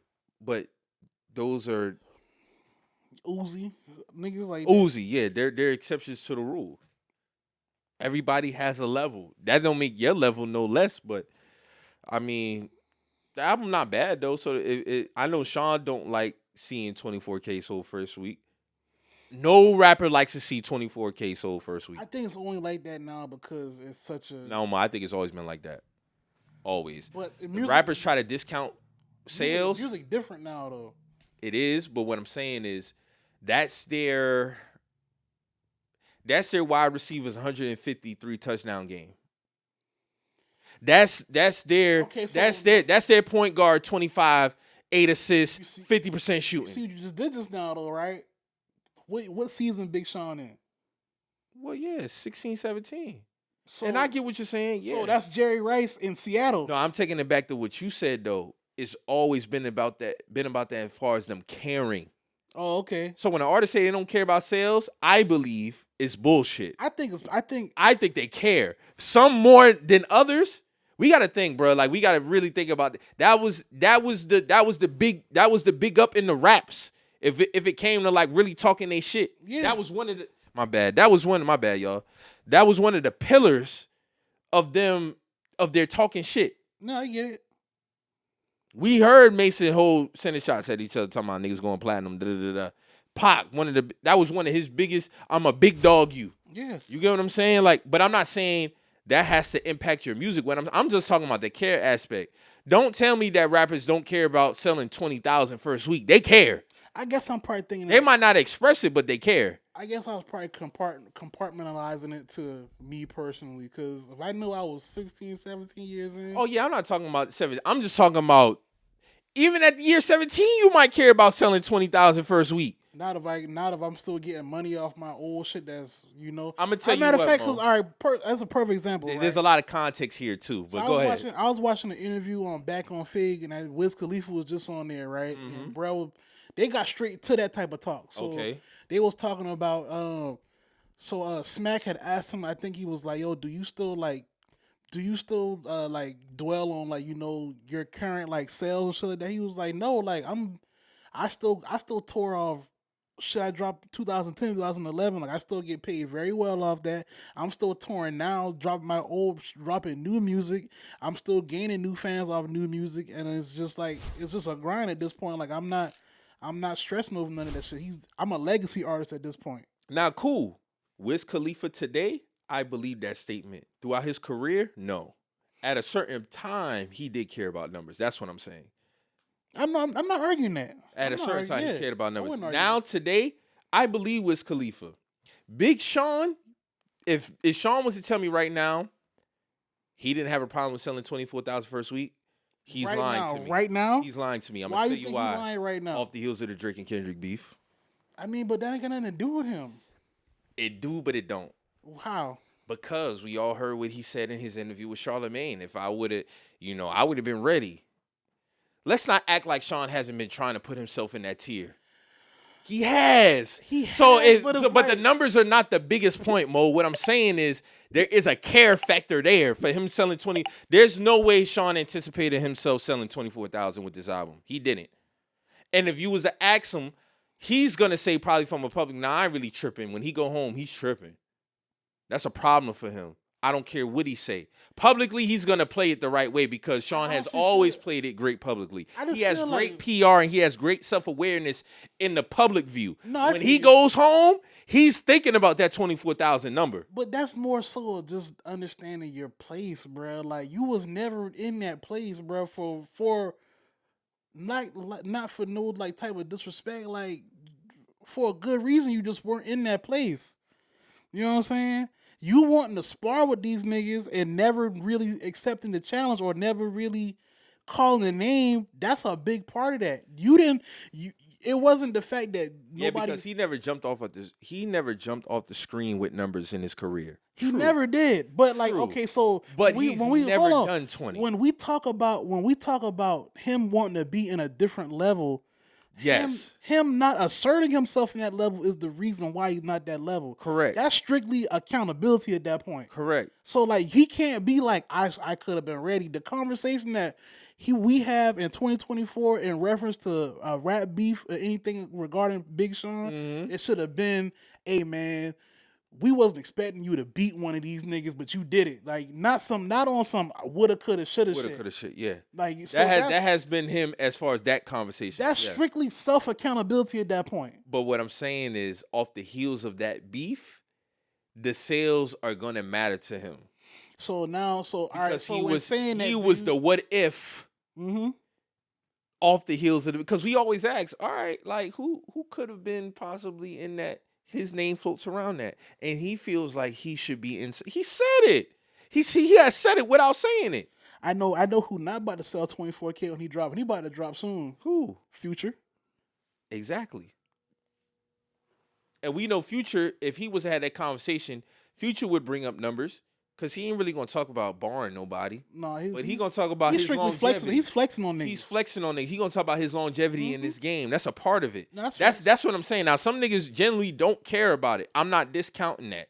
But what I'm saying is that's a part. Like, again, that's the point guard's 25 points, 8 assists, 50% shooting. That's the wide receivers, 150 touchdowns, 2 touchdowns, 3. That's the quarterbacks, 400 yards, 3. That's their shit. Right. That's their thing, the sales. It might not matter to them in the grand scheme, but it's a part of the pie, is all I'm saying. Facts. Because at the end of the day, Nicki Minaj is throwing a fit on social media if she ever sells 20,000. I don't care if she's 25 years in. What her last album did first week? It did over 100 for sure. 100? Okay. But Nicki Minaj has always been numbers driven, She's though. always been numbers driven. She always, and I'm not mad at Nicki for that because I mean, that's her lane. she holds the numbers and her rap ability on the same scale. So if she feel like as if like, nah, like I really be doing this shit, y'all not gonna play with me. Like, she has the numbers to back it up.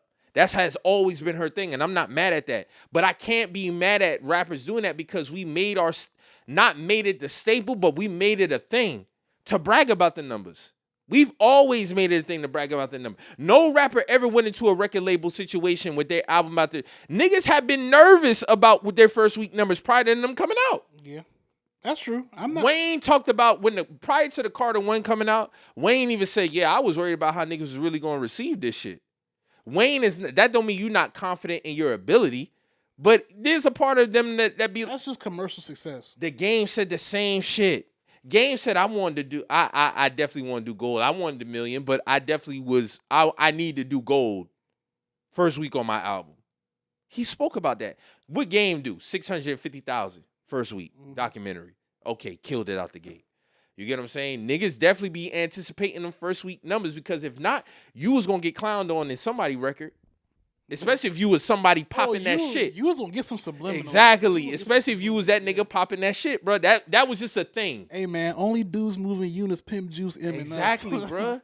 That was the thing. When Nelly and KRS won, that was one of Nelly's shots. You the first rap nigga with a rapper's pension. You get what I'm saying? Like you couldn't talk that shit to Nelly because he was moving units. I'm number one is strictly him popping this shit. So if niggas was getting to a battle of sparring words, what it always went back to? The numbers at the end of the day. All right, bro, let's talk facts now. Like, I'm out here, I'm moving shit. You ain't fucking with me, bro. You ain't really fucking with me. So if Sean, I'm not saying, because Sean has great PR. No, I mean, go ahead. He has always had great PR. He's always been politically correct. But I know when he close them doors, when he go home, He's tripping. Yes. Janae getting an earful of his thoughts. He's venting to somebody about that 24,000 first week. He is. So let's just say hypothetically, right? Hypothetically, he decides to call a name and hop into the ring finally. Do you think now with this 24,000 first week, do you think now he'll be able to sustain in the beef, knowing that now the commercial success It depends on somebody take that bait, because somebody could be like, man, this nigga sold 24,000. I'm not giving this thing. I mean, it depends on who it is, though. It depends. It depends That's on what who I'm it saying. is. It Because depends. even J. Cole carved that up. He could carve that up. Kendrick, I don't see Kendrick. And still rap about other shit, though. I don't see Kendrick using that as a angle to use on Sean, because Kendrick don't really care about numbers, but he could. I know he would bar it up beautifully. He could, though. But see, that's the thing. We all know Drake would. That go without saying. But either one of Kendrick or Cole would be like, yo, I'm going to rap about some other shit and I'm going to break down why you just not fucking with me. You know what I'm saying? Mm-hmm. So, like... You really mad about not being in You're really mad about not being in this tier. Is your fan base as strong as... I'm just throwing out shit. Those are great points. So, it's like, do you think he can even withstand some shit like that at this point now? Nah, he needed to chill. He needed... Don't take no shots at nobody. But, I mean, he kind of did take a shot at the big three. On the album? No, probably remember that snippet that had dropped prior, little after. He was like, "Oh, why everybody sitting here talking about, they're so-called big three." You remember that shit? The so-called Big Three Yeah, line. I remember that shit. I remember. The so-called Big Three line. Let that shit go, nigga. So that's why I say this number shit matter off the heels of that because of that Okay. also. I forgot about that. Yes. That's why that matters. He needed to chill the fuck out. Because nobody in the Big Three is doing 24,000 even today, first week. Not one of them. I'm pretty sure, man, I'm going to be real. Good Kid, Mad City might be still selling 24,000 a week now. Real talk. That shit's still selling. But that shit would be crazy. That shit's still still selling records, bro. That's what I'm saying. At least all three of them have at least one album that's still selling. That's still today. selling records, bro. That's Rather be Cole with 2014. Drake would probably Take Care. Kendrick with Good Kid. But I'm saying, like, on the low end, them shit still move record, like, you know, numbers. Still move. Yeah, so it's like that would be hilarious though. If I find that number and it actually is that mode, that would be hilarious. But Sean, I mean, a lot of them niggas care, man. I think if you just go down, Thug probably don't care about first week numbers like that. And he had a time where he wasn't, because remember you asked like, y'all really Young Thug fans for real? Because these numbers ain't really looking like that's a fact. How y'all be talking that shit. Thug was cracking like 50, 60,000, and he supposed to be like upper. I would think around Uzi. I was just about to say that he supposed to be Uzi or better, honestly. Yeah. Facts. You know, also I wanted to bring it real quick because I don't want to really drag this out. That when Budden was getting on Carisha about the whole laugh shit, and he was kind of saying the same shit you was saying, like you know, you can't drop on your label. You can't even put out no music. That's a fact. And what Joe said was, and this is what I appreciate about Joe. Joe is hell, but he did say this. I don't subscribe to the whole everybody can laugh in the cafeteria thing. I don't. I feel him on that though. I feel him in that context. So I just gotta Oh yeah, that's a different type of level though. Like you can't laugh at me. So I'm not mad at him for getting on Carisha about that laugh. No, I feel. So it's just like when the Shaq, when everybody, Shrek, everybody started laughing in the cameraman, and Shaq was like, who that is? You kind of chuckling. You kind of chuckling a little bit too hard. We've all done it in the cafeteria where you getting cracked on, but that one nigga. I know you ain't laughing, nigga. I feel Joe on that. You ain't put no deodorant on because some people like Carisha's not warranted to laugh at Joe in that situation. Not because he says something. He's like laughing is a luxury too. Carisha was on some bullshit with that. You know what I'm saying? Like you she trying was trying to be funny. That wasn't there was There's nothing to laugh funny. about There though was about funny, that though. Like there was nothing funny. Like you get what I'm saying? I honestly thought that shit wouldn't gold a long time ago. I thought that shit been went gold. And I know that it's not technically gold. That record to me is not gold. That shit is. That's what I'm saying. Like culturally is triple platinum. That's what I'm saying. Honestly, it's diamond culturally. To be real with you. And Joe is owed so much bread for that record because it debuted on the Fast and Furious soundtrack. It didn't debut on his album. A lot of people don't know that. That album came out March. His album came out June. I didn't know that. So think about how much money he missed out on because that record debuted on a soundtrack, not his album. Yeah, that's crazy. You get what I'm saying? Yeah, that's crazy. But if LL Cool J is bringing me my gold plaque, that's and you have your situation, you was just crying to Saucy Santana. We're on different levels, man. Yeah, you don't get the the butt of my joke is I'm Pump It Up Joe Budden. But you don't have a Pump It Up, Carisha. That was never a joke to me, bro. Like, I never really looked at it as a no joke neither. But joke. overall, it's a joke with Joe. I get it. You get what I'm saying? I'm with you on that. I never really looked at Pump It Up. Oh, you Pump It Up. I mean, nigga. A lot of people don't got that. A lot of people don't have that, bro. And Joe was a good rapper. Yeah. He just had other records that reached that level, but Joe is a great rapper. Yeah. But he can hang that up on his wall. Do you have that? Did P give you a plaque yet? Did P give you a budget? Hold on. Did P give you a budget for your next album? Nope. But I know who did. JT. JT showing up to interviews with a whole team, looking good, doing her thing. Hey man, I showed y'all them Spotify listeners in the chat, man. Hey man, JT got like 5 million monthly. That's real good for JT. That's real good for her. That's real good for her. And I'm not somebody who listens to JT. But that's real good for her. Yeah, especially off the heels of her kind of getting clowned for doing the club, performances and shit like that. Carisha, you need to step your shit There's up. nothing wrong with the club performances. We just saying Sexy Red should have been in her ass in the club instead of trying to sell out arenas every night. Mm-hmm. Everybody ain't built to do that. Everybody not built to do that. Go scoop that Chitlin Circuit money up, man. Ain't nothing wrong with that. Ain't nothing wrong with that at all. Hell no. Lil Boosie say he make 150 grand every week. That's good money, bro. Boosie another legacy act. That's a fact. That's a fact. And a lot of niggas not making 150 grand off their music a week, bruh. No. Like, let's be real. You damn sure ain't getting all streaming alone. That's like what? Fuck no. That's like what? It's 52 weeks in a year. That's like almost $6 million a year. There's only a handful of rappers I think who can like legit be good just off the streams of their music. Just off the streams of their music, bro. And it's Uzi, Future, Drake, Kendrick, Cole, Nicki. It might be a few more out there, but them the main ones. Them the main ones, bro. But a lot of y'all niggas need to be on tour or trying to get booked. And not getting booked. Because 2020, we saw the effects of some of y'all rappers. You couldn't get that show money. Yeah, a lot of y'all niggas was selling pit bulls. All right. Your favorite rappers don't really got it like that. So don't get it fucked up. They need these shows. A lot of them can't live off the streams, bro. A lot of them can't. A handful can live off the streams. But not a lot of them niggas. Your average rapper can't live off the streams, bro. But just getting some other music. I want to shout out Doechii. Her album was very, very good. I want to shout out her. She sounds very Kendrick Lamar influenced. She is on TDE. Yeah, she's TDE. But she sounds very Kendrick Lamar influenced. But Alligator Bites and Never Heal. That's a good album, man. Shout out to her, man. Shout out Doechii. Yeah, that came out August 30th, man. So shout out to her. Had some good skits in this album too.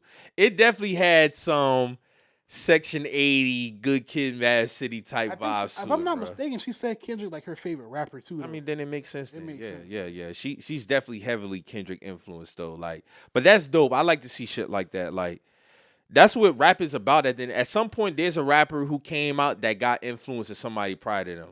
You get what I'm saying? Hove, he got influence from Kane and all that. Yeah, that's what I'm saying. Like, that's what this shit is about. Like, you know what I'm saying? Without Rakim and Kane, we don't have a lot of the rappers that we think are the great rappers all time. That's just a fact. Without Hove, Nas, that wave, we don't have like a lot of the other rappers that we think. Without Missy Elliott, we don't get Wayne. We don't have a whole sound. Wayne loves Missy Elliott, bro. That's his favorite rapper all time. But a lot of people wouldn't think that he got some Missy Elliott influence. He does. So when you look at some of these rappers and we go through time, you're supposed to pick up some type of influences from somebody, bro. There's nothing wrong with that. There's nothing wrong with that. That's how that shit go. But Doechii's album is very good, man. You put your foot in this album's ass, Doechii, for sure. Like, shout out to you on this. Like, this was a great, well put together project. I really like the Catfish record. Denial's a River is a great record. I like Bloom, Prophet, Slide. Like, you really did a good job on this album. Very good job. Any other new music came out this week? Not that I listened to the same shit you've been listening to, honestly. So. Oh, okay. I'm seeing Destroy Lonely. You know who that is? Yeah, that's I-10 from DTP, son. Oh, okay. Cash Cobain, he dropped. Oh, he dropped his album on the 23rd. Gotta listen to that. Yeah. Yeah, man, it was some good shit that came out, man. Some good shit. I'm definitely anticipating the Clips album. I'm definitely ready to see that. Definitely ready to see that, man. And hear it. I'm ready to see the rollout, the whole thing. Shout out to Pusha. I never thought Malice was going to get back in the booth, man, but he is. They waiting on the feature. Who you think the feature from, Hov or Kendrick? It's one of those two. It could be either one of them. It's one of them two for sure, man. Just the way Pusha looked at the camera and be like, yeah, man, I'm waiting. What if Kendrick gives us another like that moment? Now, his homeboy did come out, Eric, who's definitely close to Kendrick. He's like, nah, man, we leaving that situation alone, man. We letting Buddy rock out. Like, we leaving that alone. But what if Kendrick was to give us another like that? Hey, man. Because we all know Kendrick goes away, and then he pops back up and knock niggas' head the fuck off with a surprise feature. He might be tired of the fake subliminals still. So he might, I don't know. You never know. I'm still waiting on this damn Pusha T Gangsta Girls. Fuck. I mean, I'm not gonna say. You might not get that, Mo. I'm not gonna say fuck the Clips album, but I mean, what happened? We were supposed to get that, but we didn't get it. Like what? So I'm not holding out no more hopes for that. I ain't holding out more hopes for that, bro. Like, what a Gangsta Girl? Because it sounds like their main focus is on this album. Yeah, this album here. And it's with his brother, so he probably put that to the back burner for this. He probably felt like this is more important. And he probably thought I'll probably never get Malice in his fucking booth again. So I get it. let me go ahead and. But it might. If I had to bet money, it'd probably be Hove. Because the way he just say it is just like, we waiting on that one feature. It wasn't like, oh yeah, we just waiting. Hove for has to be on clean this up. Clip album because he hasn't been on any Clips album. He has to be on this album. I'd bet my bottom dollar is probably Hove. Yeah. And it would actually make sense for Hove. You know what I'm saying? Mm-hmm. Yeah, definitely. If you're in a situation like, just to get back on Dame and Hove real quick, if you Hove in a situation, do you help Dame out with his tax situation, or you just leave dog where he at? Like that relationship is severed. Me personally, I'm looking at it like, I don't know, man, because Dame has said a lot about this man. Yes. He said a lot. He said a lot. It's like Everybody know Jay ain't shit. then it's like, the whole like Fed situation and shit is just like. And a lot of people are using this opportunity to be like, see what? like see with Dame, like that. See, I told you. Like, see, I told you, and I feel like, I don't think it's exactly that. But if I'm Hove, you kind of got no choice but to leave it be. He might actually genuinely want to help, bro. Like, on some, like, man, like, nigga, you damn Dash, bro. Like, you know what I'm saying? Like, I know you're damn Dash. Mm-hmm. You ain't supposed to be like this, bro. But it's a combo. Like, he has said a lot about, bro. And it's just like,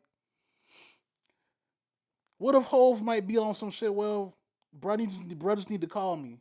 But I know he not because it's ego. Mm-hmm. You know what I'm saying? That might just be it, too. I don't know, man. Either way, I don't see Hove making the first move, though.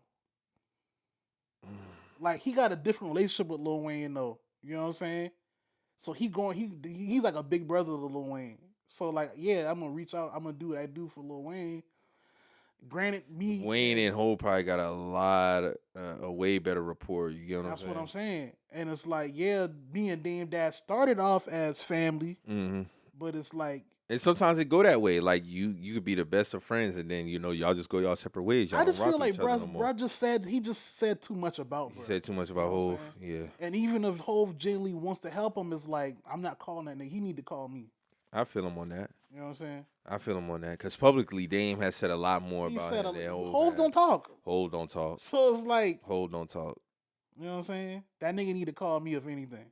Yeah. It's crazy how that shit just, it went the way that it did, man. And then even then, the talks could have been dead decades ago. That's what I'm saying. The talks, y'all could not have been cool no more. But the talks is really what's continue to drive this. We don't revere the good shit. We always hearing about what the fuck happened that made it go left. The talks, if they would have just split in 2006 and never talked again, this would have been in way better light. And I feel like Dame would have been in a better situation. You know what I'm saying? But people probably look at his actions like, I don't want to stand next to dude. Bro, you know I can't. Yeah. I saw. I was watching Gully TV yesterday or the day before, and he was. I don't know. He was trying to stir up with this comment, but he was basically what Gully saying say? He was because the title of the shit was Dame Dash. What happened? What happened to Dame Dash or something like that?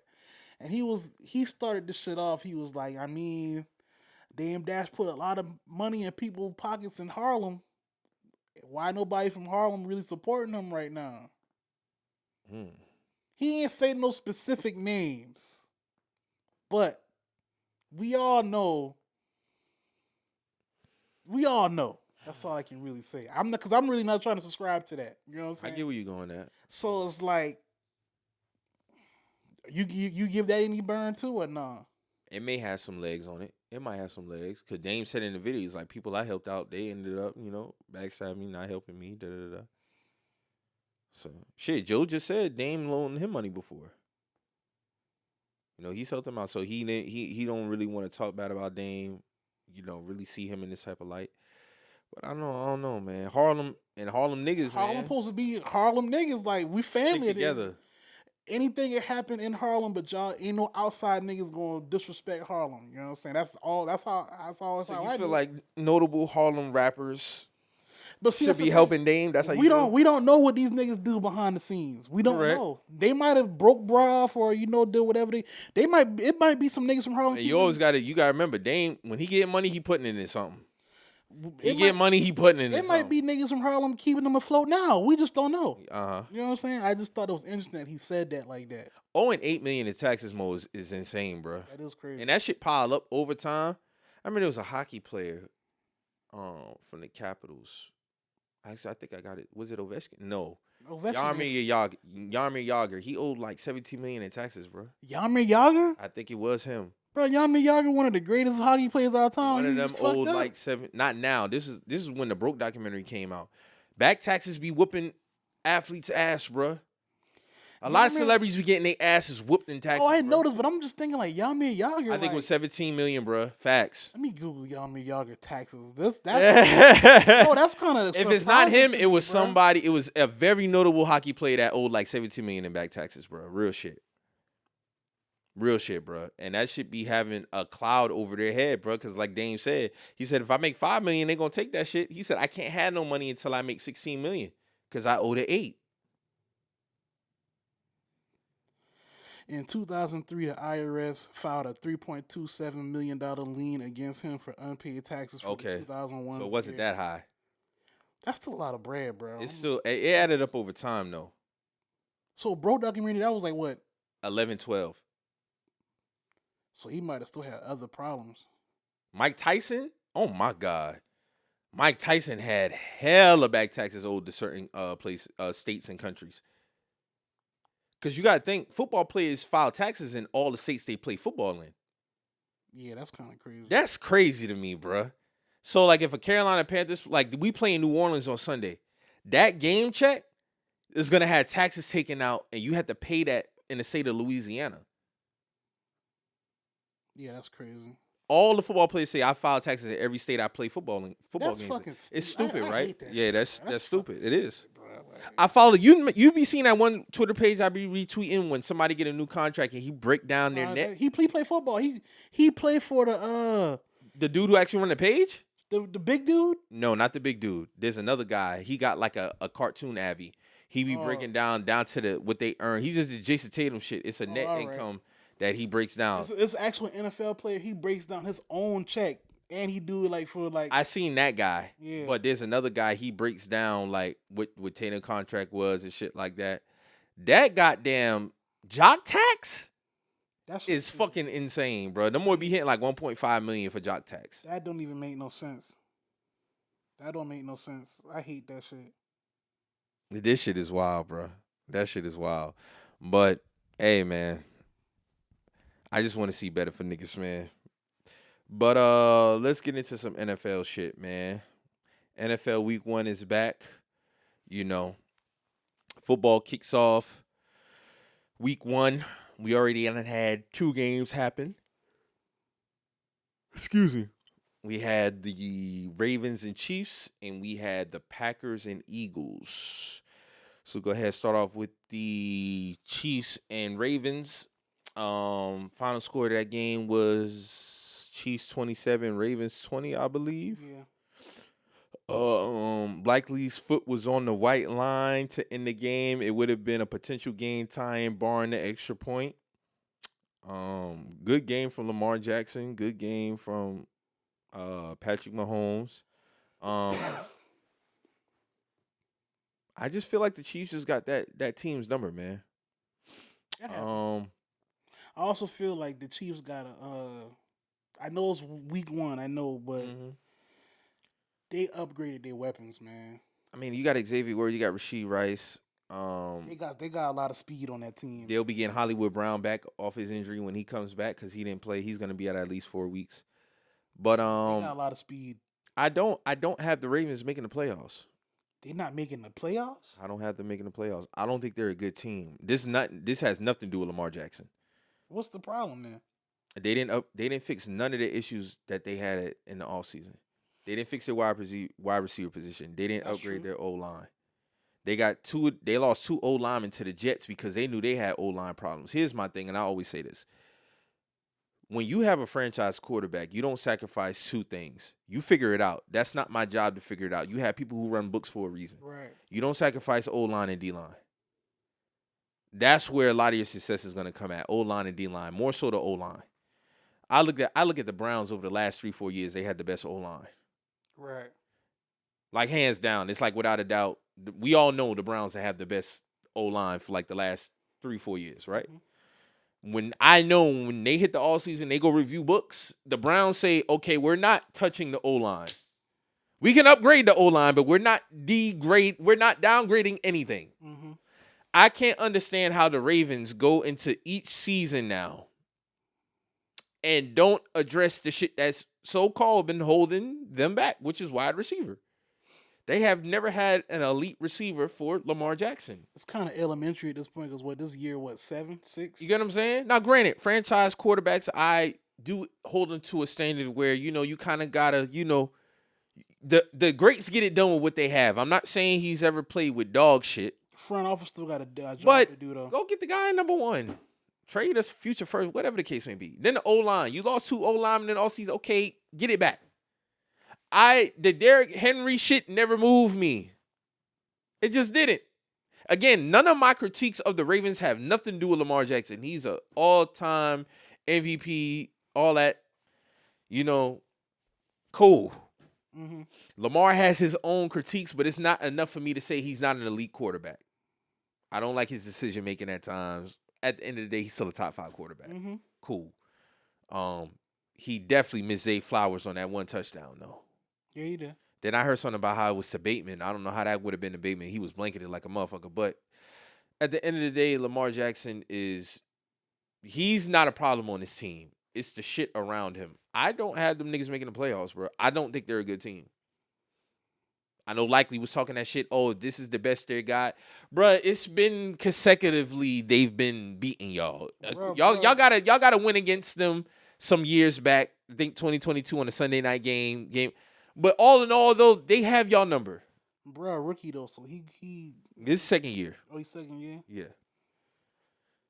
I don't know, man. So I mean, it's cool to talk that shit. Like, yeah, we'll see them in the playoffs. And if I'm wrong, I'm wrong. I said this yesterday. If I'm wrong about the Ravens. But I just don't think they fixed the issues that they had in the all season for me to look at them like a threat for real. Mm-hmm. I'm not worried about the Ravens if I see them. Okay, we got to stop the run. Y'all wide receivers going to have to beat me. And I don't see they have nobody that's jumping off film. Zay Flowers, good receiver. Bateman, average receiver. Likely, he looked like he has potential to be a great tight end. Mark Andrews, he's dealing with injury, shit like that. He got to get his shit together. The O-line is bad. It's bad. That's a fact.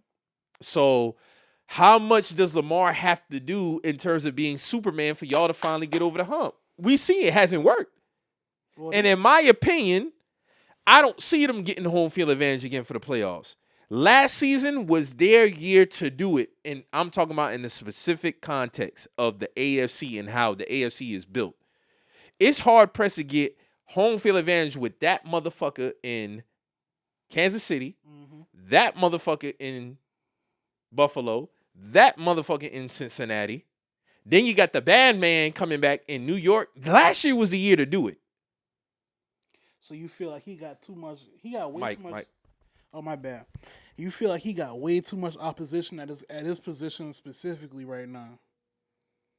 Now, if the other things around him was better, then I wouldn't. I'd say, yeah, the Ravens get home field advantage again, but their roster, no. And this ain't got nothing to do with Lamar. But how much more lifting he gonna have to do? We already seen this shit ain't working. I don't think he should have to do no more extra lifting than what he already doing. Now, granted, that's why I said front office got a job. Now, granted, I still think they are good enough. I just don't see them getting there. You get what I'm saying? Like Lamar Jackson, at the end of the day, he still got to do what he got to do, hold us up, whatever the case may be. But bro, how much more we gonna do with this shit? That's how I look at it. But all in all, though, good game. I still think my Super Bowl pick is either Chiefs and Packers or Bills and 49ers. But I just don't see this Ravens and Chiefs thing. I don't think it's going to be a thing. I'm seeing the Peyton Manning, Tom Brady comparisons. I don't see that. Not with this one. I get it, but I don't see it. Right. Peyton Manning eventually got over the hump, beat Tom Brady and shit, but we straight. I'm cool. I'm cool on that comparison. I'm mad at that. What you think about the game last night? Good game. Hope Jordan Love is okay. Don't ever play a game in Brazil again, though. They was slipping and sliding all over that field. That was complete hog shit. How they did them boys.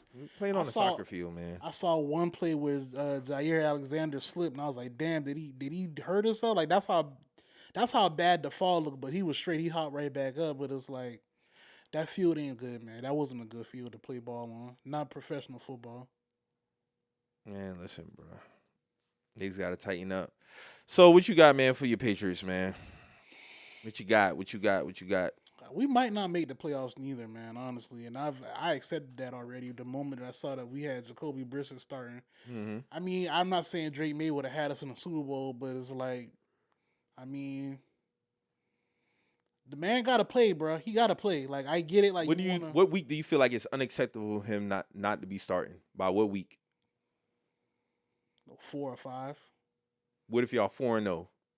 What if we 4-0? Then we gotta let it rock. Then I'm not. 0-4, he should be playing. He should be playing. I'm not about like disrupting positive chemistry. So if the chemistry good, we playing good, and he had to sit back and learn like that. Other than that, he need live reps. In my opinion. Got you. Yeah. Got you. What you think about the Chiefs and the Chiefs and Ravens game though? I thought it was a good game. I mean, from looking at the Chiefs, I feel like I said, they got a lot of speed now. It's like at one point it was just Tyreek that was the fastest, but now he got like multiple options that can burn you. That in turn helps Travis Kelce. Kelce he don't have to be dominant. You know what I'm saying? He can coast. You know what I'm saying? And then he can turn up late season playoffs. The added speed they put on the offense. Shit, that opens up more for him. That opens up. They gotta pay attention to these motherfuckers. They gotta pay attention to them motherfuckers, and that I ain't gonna lie, bro. Like this, I don't want to say nothing now because it's only week 1, but they look. Oh, you good. know the Super Bowl hot takes after week 1 be fire. Them shit do be fire. I ain't gonna contribute to that. I'm not gonna. I'm gonna let everybody else do that it. Tuesday after week 1, boy, them shits be going up. I'm gonna chill, but they looked good, bro. Okay, they looked good, bro. Like I'm a Brady man, but it's like if this man three-peat, bro. Like I don't know. Shit, they was having rumblings of him entering the GOAT conversation after his first Super Bowl. So now it's definitely up. If he three-peat, I really can't argue nobody saying. Because remember, after Pat won his first Super Bowl, it was more so because of the talent he had. Yeah. We knew he didn't have the rings yet. Yeah. But after the first Super Bowl, it was like, all right, bro, like he can, from a talent, because everybody kept saying like he's the most talented QB we've ever seen. Da da da da da da da. And now he got 3. What more he got to do? He just chasing Brady. If he three-peat, that's a hard case for Brady, bro. He ain't never did that. Especially seeing how he won the Super Bowl last year. Then we come into this. Mo, every Super Bowl he's won, he's come back in that game. He can't listen. He drove. The way I saw him drive the field that last drive, I was like, "Hey, man, what can you do? You can't do nothing." And this technically was like his down year. That was a quote unquote down. I don't see Patrick Mahomes having another quote unquote down year like he did last year. Not with this team. No, hell no. That's what I'm saying. So that was a down year. You know what I'm saying? And he still had good numbers. He still had, but it was a down year. A down year for him. And you had to he had to go on the road in the playoffs. Everybody's like, all right, go on the road. He did it on the road. He beat everybody's ass. What else? He beat everybody's ass. What else? And then the thing that killed me with the Ravens is the defense didn't allow a score in the second half. Right. And the Ravens could not capitalize. Mm-hmm. You had a prime opportunity to make your stamp. I don't see the Ravens getting the home field advantage again, bro. I wouldn't argue that. I wouldn't argue that, man. But I'm just speaking solely on Pat, man. It's like, man, Pat just top 2 ever, man. As far as this season goes, the sky really is the limit, man. With this team right here, what I saw, and I'm not even trying to gas these niggas, bro. I'm just looking at, for they coach, for Andy to finally be like, damn, I got a lot of speed now. I can just. It's essentially like plug and play. Like you can do whatever. You know what I'm saying? Mm-hmm. And still, like how I said, like this gives Travis a lot of room to just free roam, bro. Like the shit kind of crazy, bro. Like what you got to pick your poison, man or zone. What you gonna do? Either, or you better hope your D-line get there. Yeah, and it's like even with that, Pat's still mobile. Yeah. So it's like, well, I don't know, man. I don't like that Dylan Raiola shit neither. I don't like that shit. That quarterback from Nebraska who be acting like Patrick Mahomes. That shit corny. That shit whack as fuck, bruh.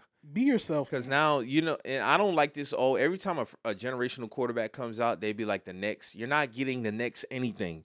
You getting Patrick Mahomes is Patrick Mahomes. That's it. Ain't none of the GOATs had no type of Like you don't get that again. I'm just saying like a lot of all the GOAT QBs are GOAT QBs because they were distinctly different. One-on-ones. Pat Mahomes is a one-of-one. Aaron Rodgers, Tom Brady, they're all special for a reason. Drew Brees, one-of-ones. Yeah. Bro. Like, you know what I'm saying? Yes. Pat is truly a one-of-one. Like Pat truly a one-on-one. It's just like Because nobody knew about him except Andy Reid. Nobody knew about that. He traded up for him. Bro. It's just, different type of animal, man. Yeah. Like, I be watching First Things First. That honestly is one of the best sports shows out. I fuck with Wilds, Broussard, and Nick Wright. That's on FSN. FS1, yeah. FS1. And Nick Wright has really turned the leaf over for me as far as how I view him because even in disagreement, the guy is just so hilarious. And his points, he really believes his points. Like, he really does. He be killing me with the Jordan shit, but I'm off of that. But this Caleb Williams thing he really believes Caleb Williams is a top 5 quarterback right now. Right now? Right now. I mean, the talent, he got talent. He got the talent. He has looked good, but he has not played a full game yet. And also, he has to establish himself as a top 5. You just don't get He got the Bears going to the playoffs, deep playoffs, like NFC Championship game type shit. All right, man. I mean, Caleb Williams, he does have the best situation ever for a rookie quarterback. Ever, yeah. Ever. I agree with that. You got Keenan Allen, DJ Moore, Rome Odunze. Odunze, nice. That boy gonna be good. From Washington, that boy good. That boy a stud. You got weapons. Yeah, he got weapons. So, but what I expect from Caleb Williams is the typical rookie shit. I'm not saying he won't have a good rookie year, but this notion that he's just gonna come in and wreck shit, He gonna have learning pains, bro.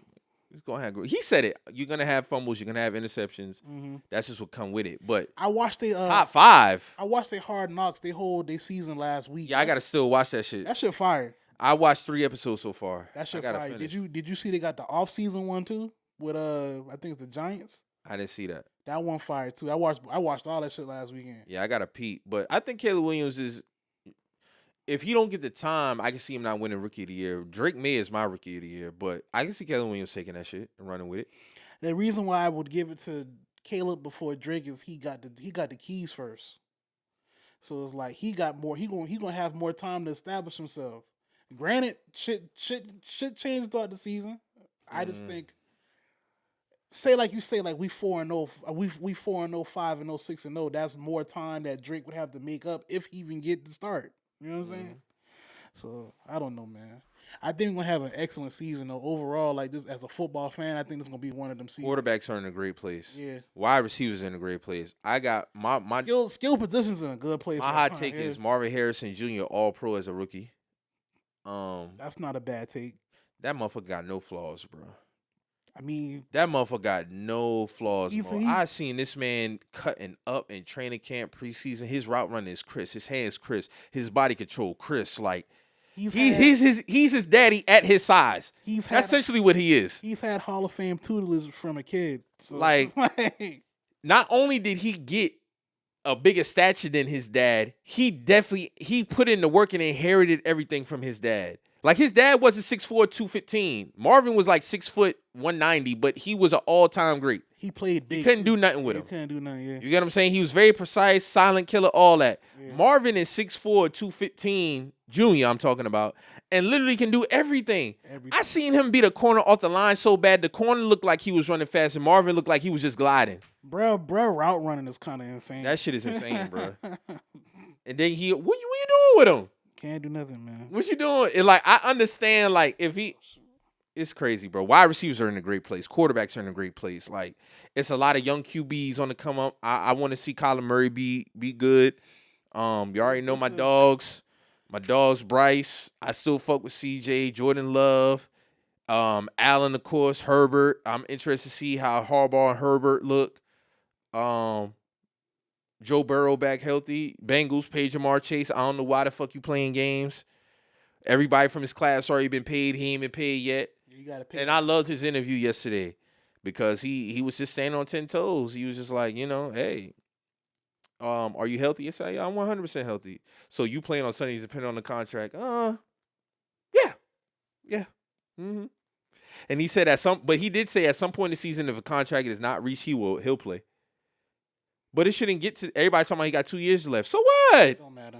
So what? So what? He got 2 years left. So what? Pay him. It's gonna cost you more longer. My thing is, if the man want to re-up now, get out the way.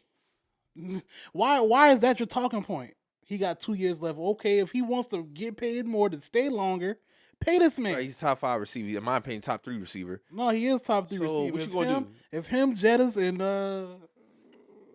Who would you say? Hill, Adams.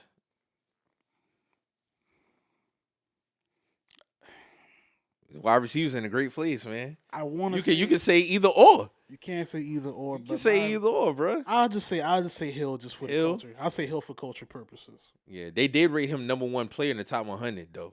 That's crazy. That is. I didn't see that, but I'm not mad at that though. That is crazy. But Hill being number 1, that's kind of crazy. But I'm not mad at it. Tyreek Hill is a monster. But pay Chase. Why is he even having to have this conversation? He shouldn't.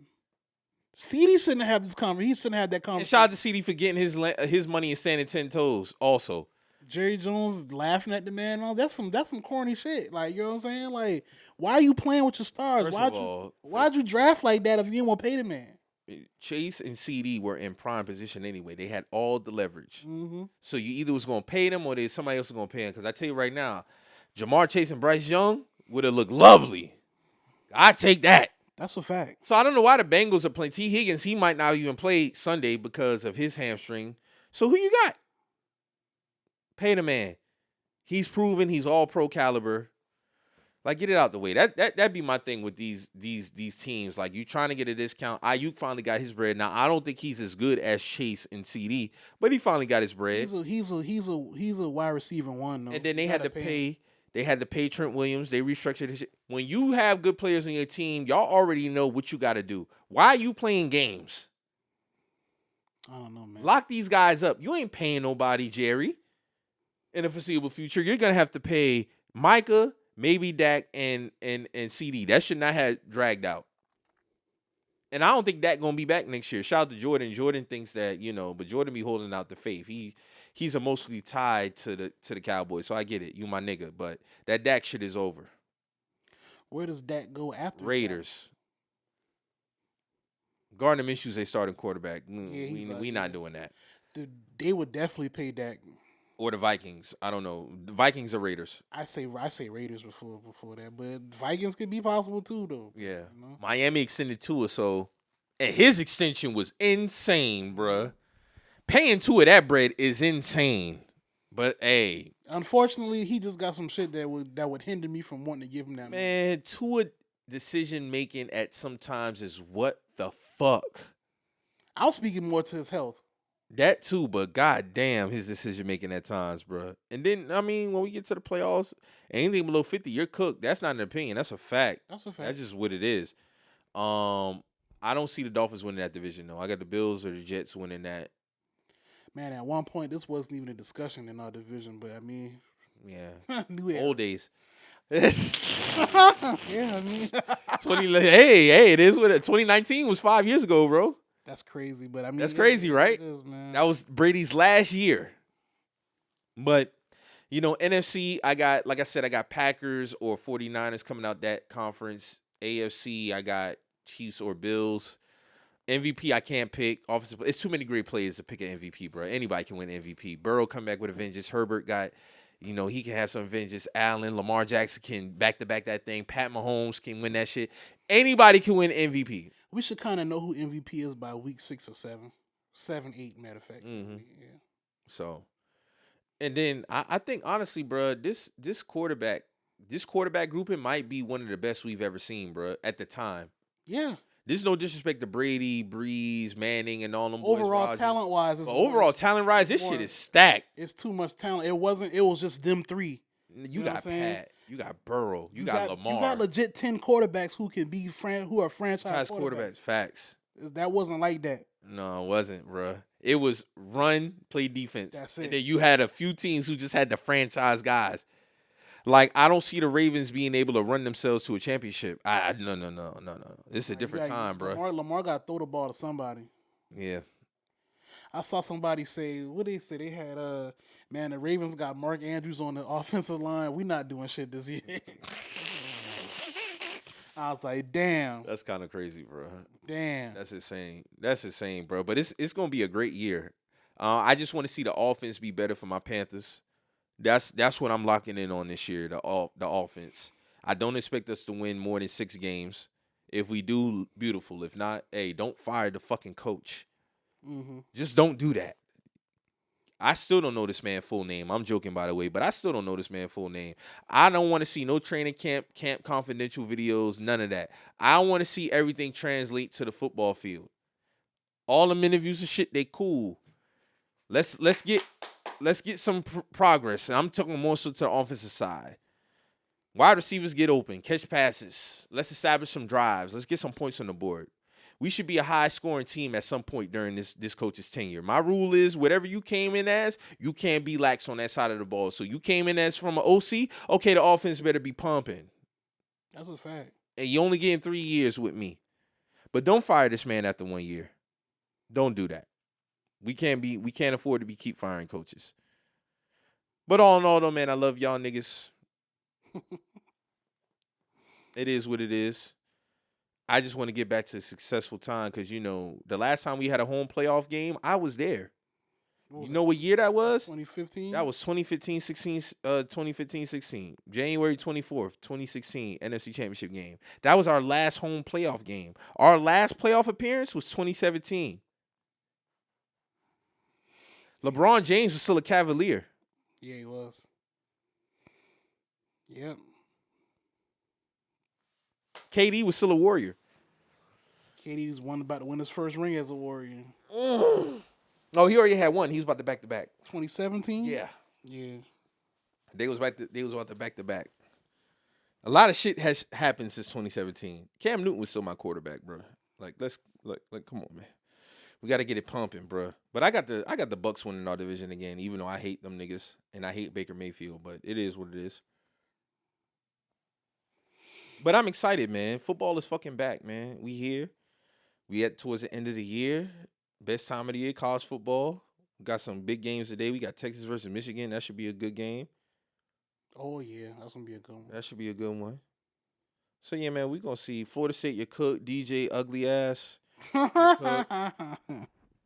Ugly ass throws, ugly ass decision making, ugly ass his daddy on Twitter Spaces threatening to beat niggas ass. Hey, be mad at your son. Man, your son need to play better, man. That's all, man. Ukulele, whatever how you say your damn name, nigga. Mo, he was in the recruiting class for Bryce Young and CJ Stroud. Why is he still playing college ball? This is his 3rd team in college football. I was never high on the signing this man, but he was super ass versus. So you saying this nigga the Julian Newsom of college? Correct. Oh wow. He needs. I seen that Drew Walls. Oh, DJ. No, go really link up with Drew Walls, bro. Go do that. That's crazy. You think he's that bad? He's that bad, Mo. You ain't seen him play? I mean, I watched some of it, but I ain't watched the whole. Nah, that nigga sucks. Like, he's a 2-pack of ass. Times 10 to the 10th power. That nigga sucks. Aaron Rodgers and 49. Oh, that's another good game I'm looking forward to. 49ers and Jets, Monday Night Football. That's going to be a good one. I'm interested to see if Aaron Rodgers finally going to get over the hump and get him his 2nd Super Bowl. People don't think that Aaron Rodgers got a Super Bowl. That's a crazy thing. That's how long ago it was. I get it, but it's still hard to win one, bro. And that motherfucker's still a bad man, so... I'm interested to see how the Jets turn up, how the 49ers look. Brock Purdy. I like Brock, man. I think Brock going to be solid. Excuse me. Brock Purdy. They have all the talent, bro. All the fucking talent. 49ers got to get over the hump, too. These niggas been in 2 Super Bowls in the last 5 years. Can't beat that man. But that might just be it. Some teams just got your number, bro.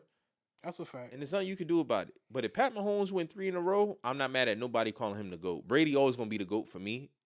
Not because of the rings, of course, because y'all know where I stand on that. Just off best play I ever seen play. But Patrick Mahomes is different. Pat got a strong case. Pat is different, bro. That motherfucker, when did you know that Patrick was for real? Because for me, I think it was the Monday night game versus Denver, his first year starting.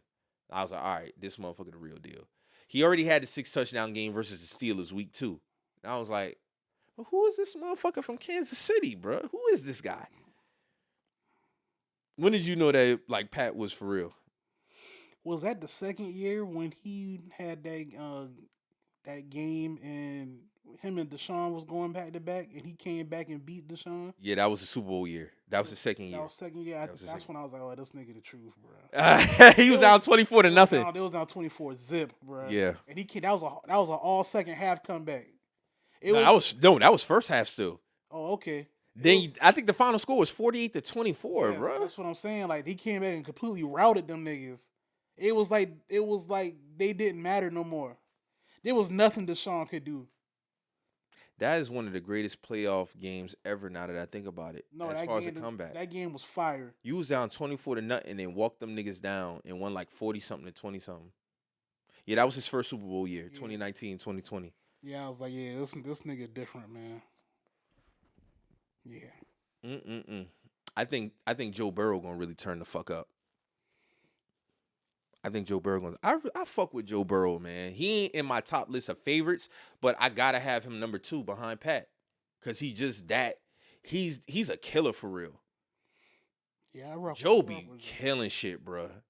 Like Joe, he deal with injuries and shit, but all in all though, and they got their own line better. Cause he was getting fucked up behind that line, bro, the last couple years. Even when they went to Super Bowl, that O-line wasn't what it was supposed to be. But man, Joe Burrow is just different, bro. I know people like to say Josh Allen is right there. I like Josh Allen. Everybody know that. But Joe Burrow, he got a notch above Josh. He got a notch above him. And I'm interested to see the Herbert and Harbaugh dynamic, man. I think everywhere Harbaugh has went, they have not been bad, period.